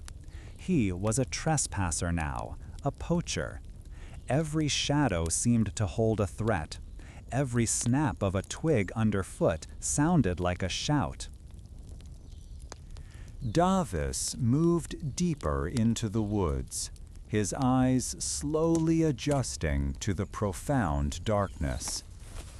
He sought out a narrow trail, one used by game to move from their bedding areas to one of the few remaining springs that still trickled with water. He found a spot where the trail narrowed between two thick bushes, a perfect place for his trap. Kneeling in the dirt, he carefully set the snare, anchoring it to a sturdy, low-hanging branch that he bent down to provide tension. He disguised the loop with a scattering of leaves, his movements precise and unhurried despite the fear that urged him to rush. He had done all he could. Now he had to retreat and wait for the dawn, hoping a rabbit or a young fox would stumble into his trap. As he crept back towards the wall, a question surfaced in his mind, one he had never dared to consider before. What gave one man the right to own so much, the land, the water, the animals, while another, who worked that same land from sunrise to sunset, had to steal in the dark just to keep his family alive? The question offered no answer, only a deep and bitter sense of injustice that settled heavily in his chest. Back in the relative safety of his own small plot of land, Davis looked from the dark, forbidden woods to the faint outline of his hut. Inside were the people whose lives depended entirely on his courage and his luck. He slipped back onto his pallet, the scent of the forest still clinging to his tunic. Elia stirred, but did not wake. Davis lay still, listening to the quiet breathing of his children. his hands resting on the hard-packed earth floor. He had challenged the pillars that held up his world, and the morning would determine whether they would stand or come crashing down upon him. He closed his eyes, not in peace, but in weary preparation. The rising sun would reveal if his desperate gamble had brought salvation or ruin. The heavy wool blankets felt like a layer of earth pressing down on Lucius Cornelius Scipio, a premature burial in his own bed. Each breath required a conscious effort, a shallow victory against the weakness that had chained him to his rooms for weeks. Outside his shuttered window, the city of Rome murmured on, but inside, the world had shrunk to the scent of cedar wood from his chests and the bitter herbs his physician prescribed. He could no longer feel the cool marble of the Senate floor beneath his sandals, or the solid reassurance of his country estate soil. All he had left was the weight of his name and the fortune that propped it up, a fortune that now felt as fragile as his own bones. This sense of fragility sharpened with the morning news. A trusted freedman had entered at dawn, his face grim, and confirmed the whispers that had slithered through the capital for days. The old emperor was dead. The man had ruled for decades, a pillar of stability, and now that pillar was gone. Scipio had seen this before. He remembered the tense days of his youth when one succession had turned bloody, when senators who chose the wrong side saw their properties confiscated and their names scratched from the records. His father had navigated that storm with a shrewd silence, and now that same challenge fell to him, but from a bed of sickness, not a seat of power. The survival of the Cornelius Scipio line depended entirely on what he did in the next few hours. His children were summoned. His son, Lucius Minor, entered first, his movements restless and his face a mask of dutiful concern that failed to hide his anxiety. He adjusted the folds of his toga, a gesture Scipio knew was meant to project an authority he did not possess. Following him was Cornelia, his daughter. She moved with a quiet composure, her eyes taking in the dim room, his shallow breathing, and the unease flickering across her brother's face. She did not fuss or offer empty comforts. She simply stood and waited, her intelligence a palpable presence in the room. In her, Scipio saw the sharp mind of his grandfather, the one who had first secured their family's vast landholdings. Their arrival was followed by the lawyers, two serious men who smelled of papyrus and ink. They set their wooden cases down with a soft click and unrolled the preliminary documents. Their professional calm a stark contrast to the tension in the chamber. Scipio watched them, feeling the immense gravity of the task ahead. This was not merely about dividing assets. It was about building a fortress of parchment and law to protect his family from the political chaos that was about to unfold. Every clause, every bequest would be a stone in that fortress. A single poorly placed word could bring the entire structure crashing down upon his heirs. The path forward was supposed to be simple, dictated by tradition and law. Lucius Minor was his son, his heir.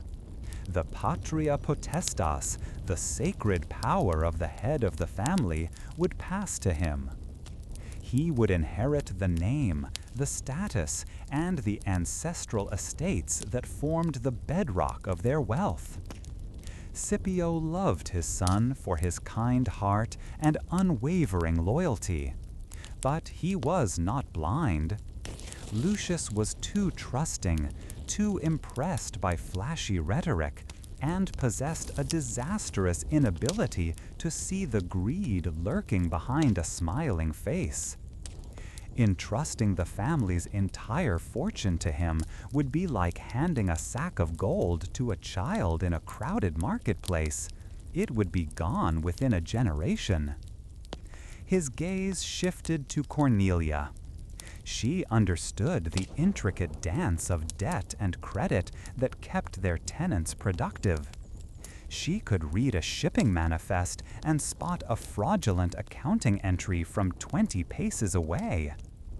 Last year, when a grain shortage in Campania threatened to ruin a dozen of their tenant farmers, it was her plan to purchase surplus from Sicily using one of their commercial contacts in Syracuse that had saved the harvest and their profits. Yet the law was clear. She was a woman. She could inherit wealth, certainly, but not the core of the estate, not the authority of the family name.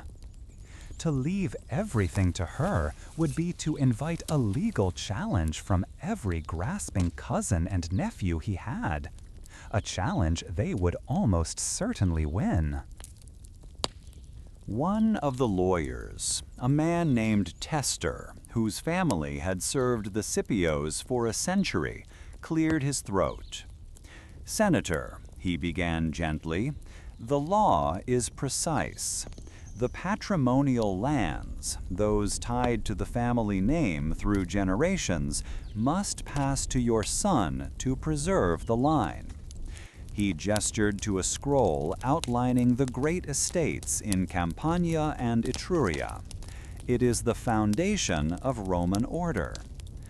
Tester's words confirmed the trap Scipio was in. He was bound by the very order he had spent his life upholding, an order that now threatened to destroy everything he had built by placing it in the hands of the least capable guardian. He felt a moment of bitter frustration, a rebellion against the customs that honored blood over ability. But then a lifetime of navigating the subtleties of the Senate, of finding paths through impossible political thickets, asserted itself. The law was a river. You did not try to stop it. You dug new channels to direct its flow. He took a slow breath, the air rasping in his lungs, and began to dictate. "To my beloved son, Lucius Cornelius Minor," he said, his voice a dry whisper, "I leave all ancestral lands, the villas upon them, and the dignitas of our family name." He saw his son straighten with pride and a flicker of something unreadable. Disappointment, resignation, cross Cornelius' face. This was the necessary first step, the tribute paid to tradition. Then came the turn. "However," Scipio continued, his voice finding a sliver of its old strength, "all other assets are to be managed differently." He paused, letting the lawyers lean in closer. "The apartment blocks in the Subura, the shipping ventures based in Ostia, my shares in the silver mines in Hispania, and all cash holdings are to be consolidated into a single trust." Lucius looked confused, his brow furrowed. A trust was a familiar tool for managing part of an estate, but not for holding the majority of its liquid wealth. "This trust," Scipio declared, his eyes finding his daughter's, "will be administered for the benefit of the family. Its sole, lifelong administrator, with absolute authority over its investments and disbursements, will be my daughter, Cornelia." A profound silence descended upon the room. Tester's professional calm finally broke. His eyebrows shot up toward his hairline in a mixture of shock and dawning admiration. Lucius's expression soured as the implication became clear. He would have the land and the title, but his sister would hold the purse strings. He would be a king with an empty treasury, unable to fund a political campaign, repair a villa, or even host a lavish dinner without his sister's approval. Cornelia's face remained a perfect, still mask, but Scipio saw the faintest glint in her eyes. It was the glint of a master strategist recognizing a winning move on the game board. To protect this arrangement from the predators circling the dead emperor's court, Scipio added one final, critical layer. Furthermore, he dictated, I leave a bequest of 500 gold pieces to General Antonius, in thanks for his service to the state. He then added another, smaller bequest to a rival general on the German frontier. The sums were not large enough to be seen as a bribe or an attempt to buy favor in the coming power struggle. Instead, they were a shrewd investment. They were just enough to make these powerful men feel a sense of obligation, to see the estate of Cornelius Scipio as a friendly interest to be protected, not a prize to be plundered. It was a common trick among the old families, a way of warding off political vultures. With the final word spoken, the exhaustion returned, crashing over him in a great wave. The lawyers quickly transcribed his dictation onto wax tablets. Witnesses from the household were brought in, his physician, his most trusted freedmen, men whose integrity was beyond question. They pressed their seals into the warm wax next to his own, the small carved images a testament to the binding legal act. Scipio used the last of his strength to press his signet ring, the eagle of his ancestors, into the final tablet. He had done it. He had balanced the scales of law and talent, of tradition and necessity. The family and the lawyers departed, leaving Scipio alone in the quiet dimness. The scent of sealed wax now mingled with the medicinal herbs. He had forged a new kind of legacy, one where power was cleverly separated from title, ensuring his son was protected from his own weakness and his daughter was empowered by her own strength. Whether they could work together, whether his son's pride and his daughter's ambition could find harmony, was a question for the future. He had merely given them the tools for survival. Outside the walls of his home, the endless, rhythmic sounds of the city, the distant clang of a blacksmith's hammer, the rumble of iron-rimmed wheels on stone, continued their ancient, unceasing beat. The years had turned the city's stone a shade darker and etched finer lines around Lyra's eyes. But inside her workshop, the colors only grew brighter. The space itself had transformed. What was once a single crowded room was now a series of interconnected halls on the slope of the Escaline Hill, each filled with the steady, rhythmic clatter of looms. Young women, daughters of the weavers she had first trained, now sat at the benches, their hands moving with an inherited grace.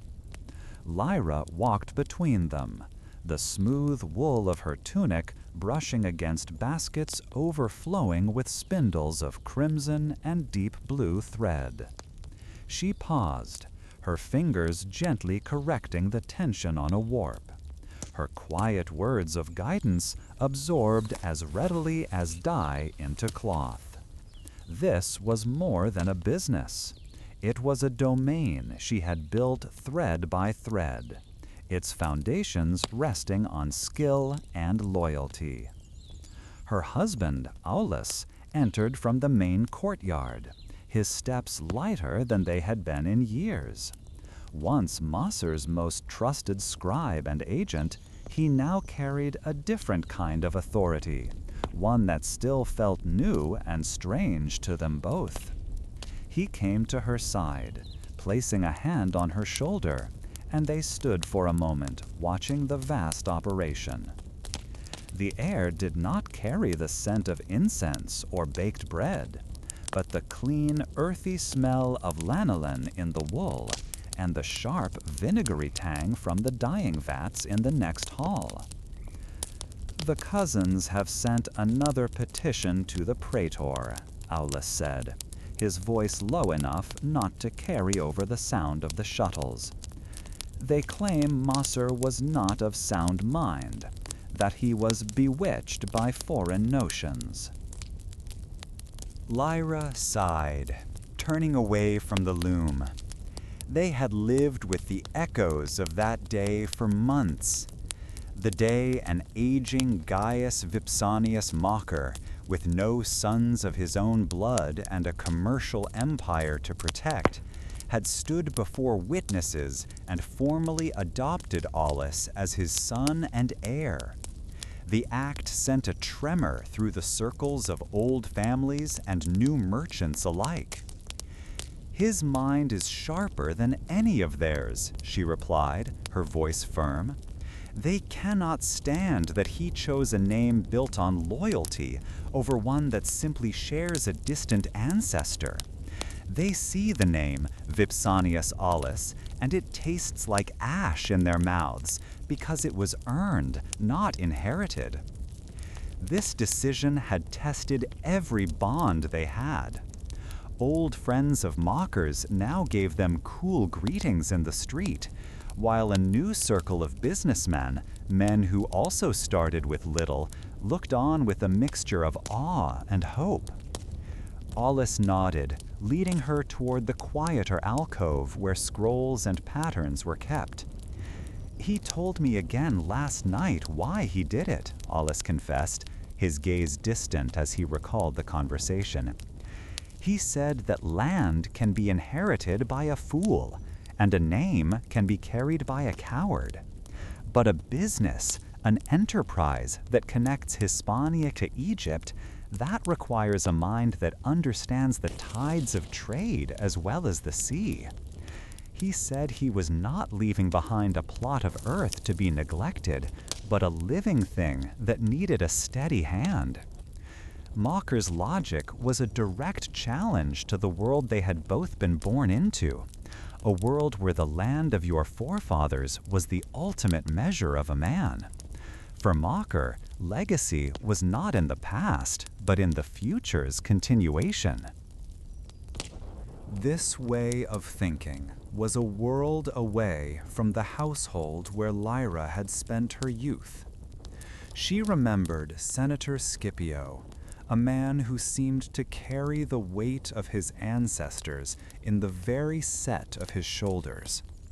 His legacy was etched into the stone markers of his vast estates and recorded on crumbling family scrolls kept in a special cabinet. It was a thing to be guarded, protected from change, a history to be revered. Macer, by contrast, was building a legacy that was designed to change, to adapt, to grow in the hands of someone he trusted, regardless of their blood. She wondered what the old senator would have thought, seeing a former slave's husband poised to inherit a fortune that could buy and sell the Scipio olive groves 10 times over. The thought was not triumphant, but simply startling, a measure of how much their world was being rewoven. Her responsibilities now extended far beyond the workshop. As Masser's health declined, more people looked to her and Alice. The weavers in this hall were her first duty, but she also oversaw the welfare of their families, settling disputes and ensuring the children had access to tutors. This was a new form of patronage, not the formal mourning ceremony of a senator, but a constant, living network of mutual dependence. When a weaver's husband, a stonemason, fell from a scaffold, it was Masser's coin, administered by Lyra, that paid for his care and ensured his family did not starve. In return, the loyalty of these artisans was absolute. They worked with a fierce pride, knowing the cloth they created was the foundation of this entire community. This sense of a shared story was what had given Lyra the idea for the great work, the piece that now occupied the largest loom at the far end of the main hall. It was a tapestry of staggering size and detail, a project that had already consumed the better part of a year. She walked toward it now, Alice following. Unlike the wall hangings in the homes of the aristocracy, which endlessly depicted the dreary founding of Rome or some violent scene from a Greek myth, this one told a different kind of tale. It was a history, but it was their history, a testament to a fortune made not by the sword, but by the ship and the loom. The first panel, now complete, showed the port of Alexandria. There were no gods or heroes in sight. Instead, the focus was on Masser's grain ships, their hulls broad and deep, their sails catching a favorable wind rendered in brilliant white wool. The dockhands, men from countless lands, were shown hoisting sacks of grain, their muscles straining. The details were so fine, one could almost see the texture of the ropes and the grain of the wooden planks. It was a celebration of work, of commerce, of the dangerous and life-giving trade that fueled the city and had built Masser's wealth. It declared that a full cargo hold was as noble a subject as a conquered king. The central panel was a mirror of the very room they stood in. It depicted the workshop itself, with its rows of looms and busy artisans. Lyra had insisted that the weavers not be faceless figures. Each woman was rendered with individual care, her expression focused, her hands captured in the act of creation. One woman looked up from her work, a slight smile on her face. Another, a new apprentice, watched her mentor with concentration. In the background were the dyeing vats, steam rising in threads of soft gray, and baskets filled with color. It was a monument to skilled labor, an acknowledgement that the fortune was not just Masser's, but belonged to every pair of hands that had helped create it. Now the weavers were beginning the third and final panel. The design, sketched out in charcoal on papyrus and pinned to the frame, showed an elderly Masser, his hand resting on the shoulder of Alice. Beside them stood Lyra, her own hand gesturing toward a map of trade routes spread on a table. It was not a scene of power in the old sense. No thrones, no legions, no symbols of the state. It was a transfer of knowledge, a depiction of a succession built on trust and shared enterprise. This image, more than any legal document, was the true statement of Masser's will, a dynasty founded on merit and loyalty, a family chosen, not born. Lyra stood before the immense weaving, feeling the gentle vibration of the floor as the weavers worked the treadles. The old aristocracy, the Scipios of the world, wrote their legacies in the rigid lines of law and carved them into the cold permanence of marble. Their statues stood in public squares, their names were recited in the Senate. But perhaps, she thought, a legacy could also be pliable, woven from countless threads, each one a life, a skill, a journey. A stone statue could be toppled in a riot. A family name could be disgraced by a foolish heir.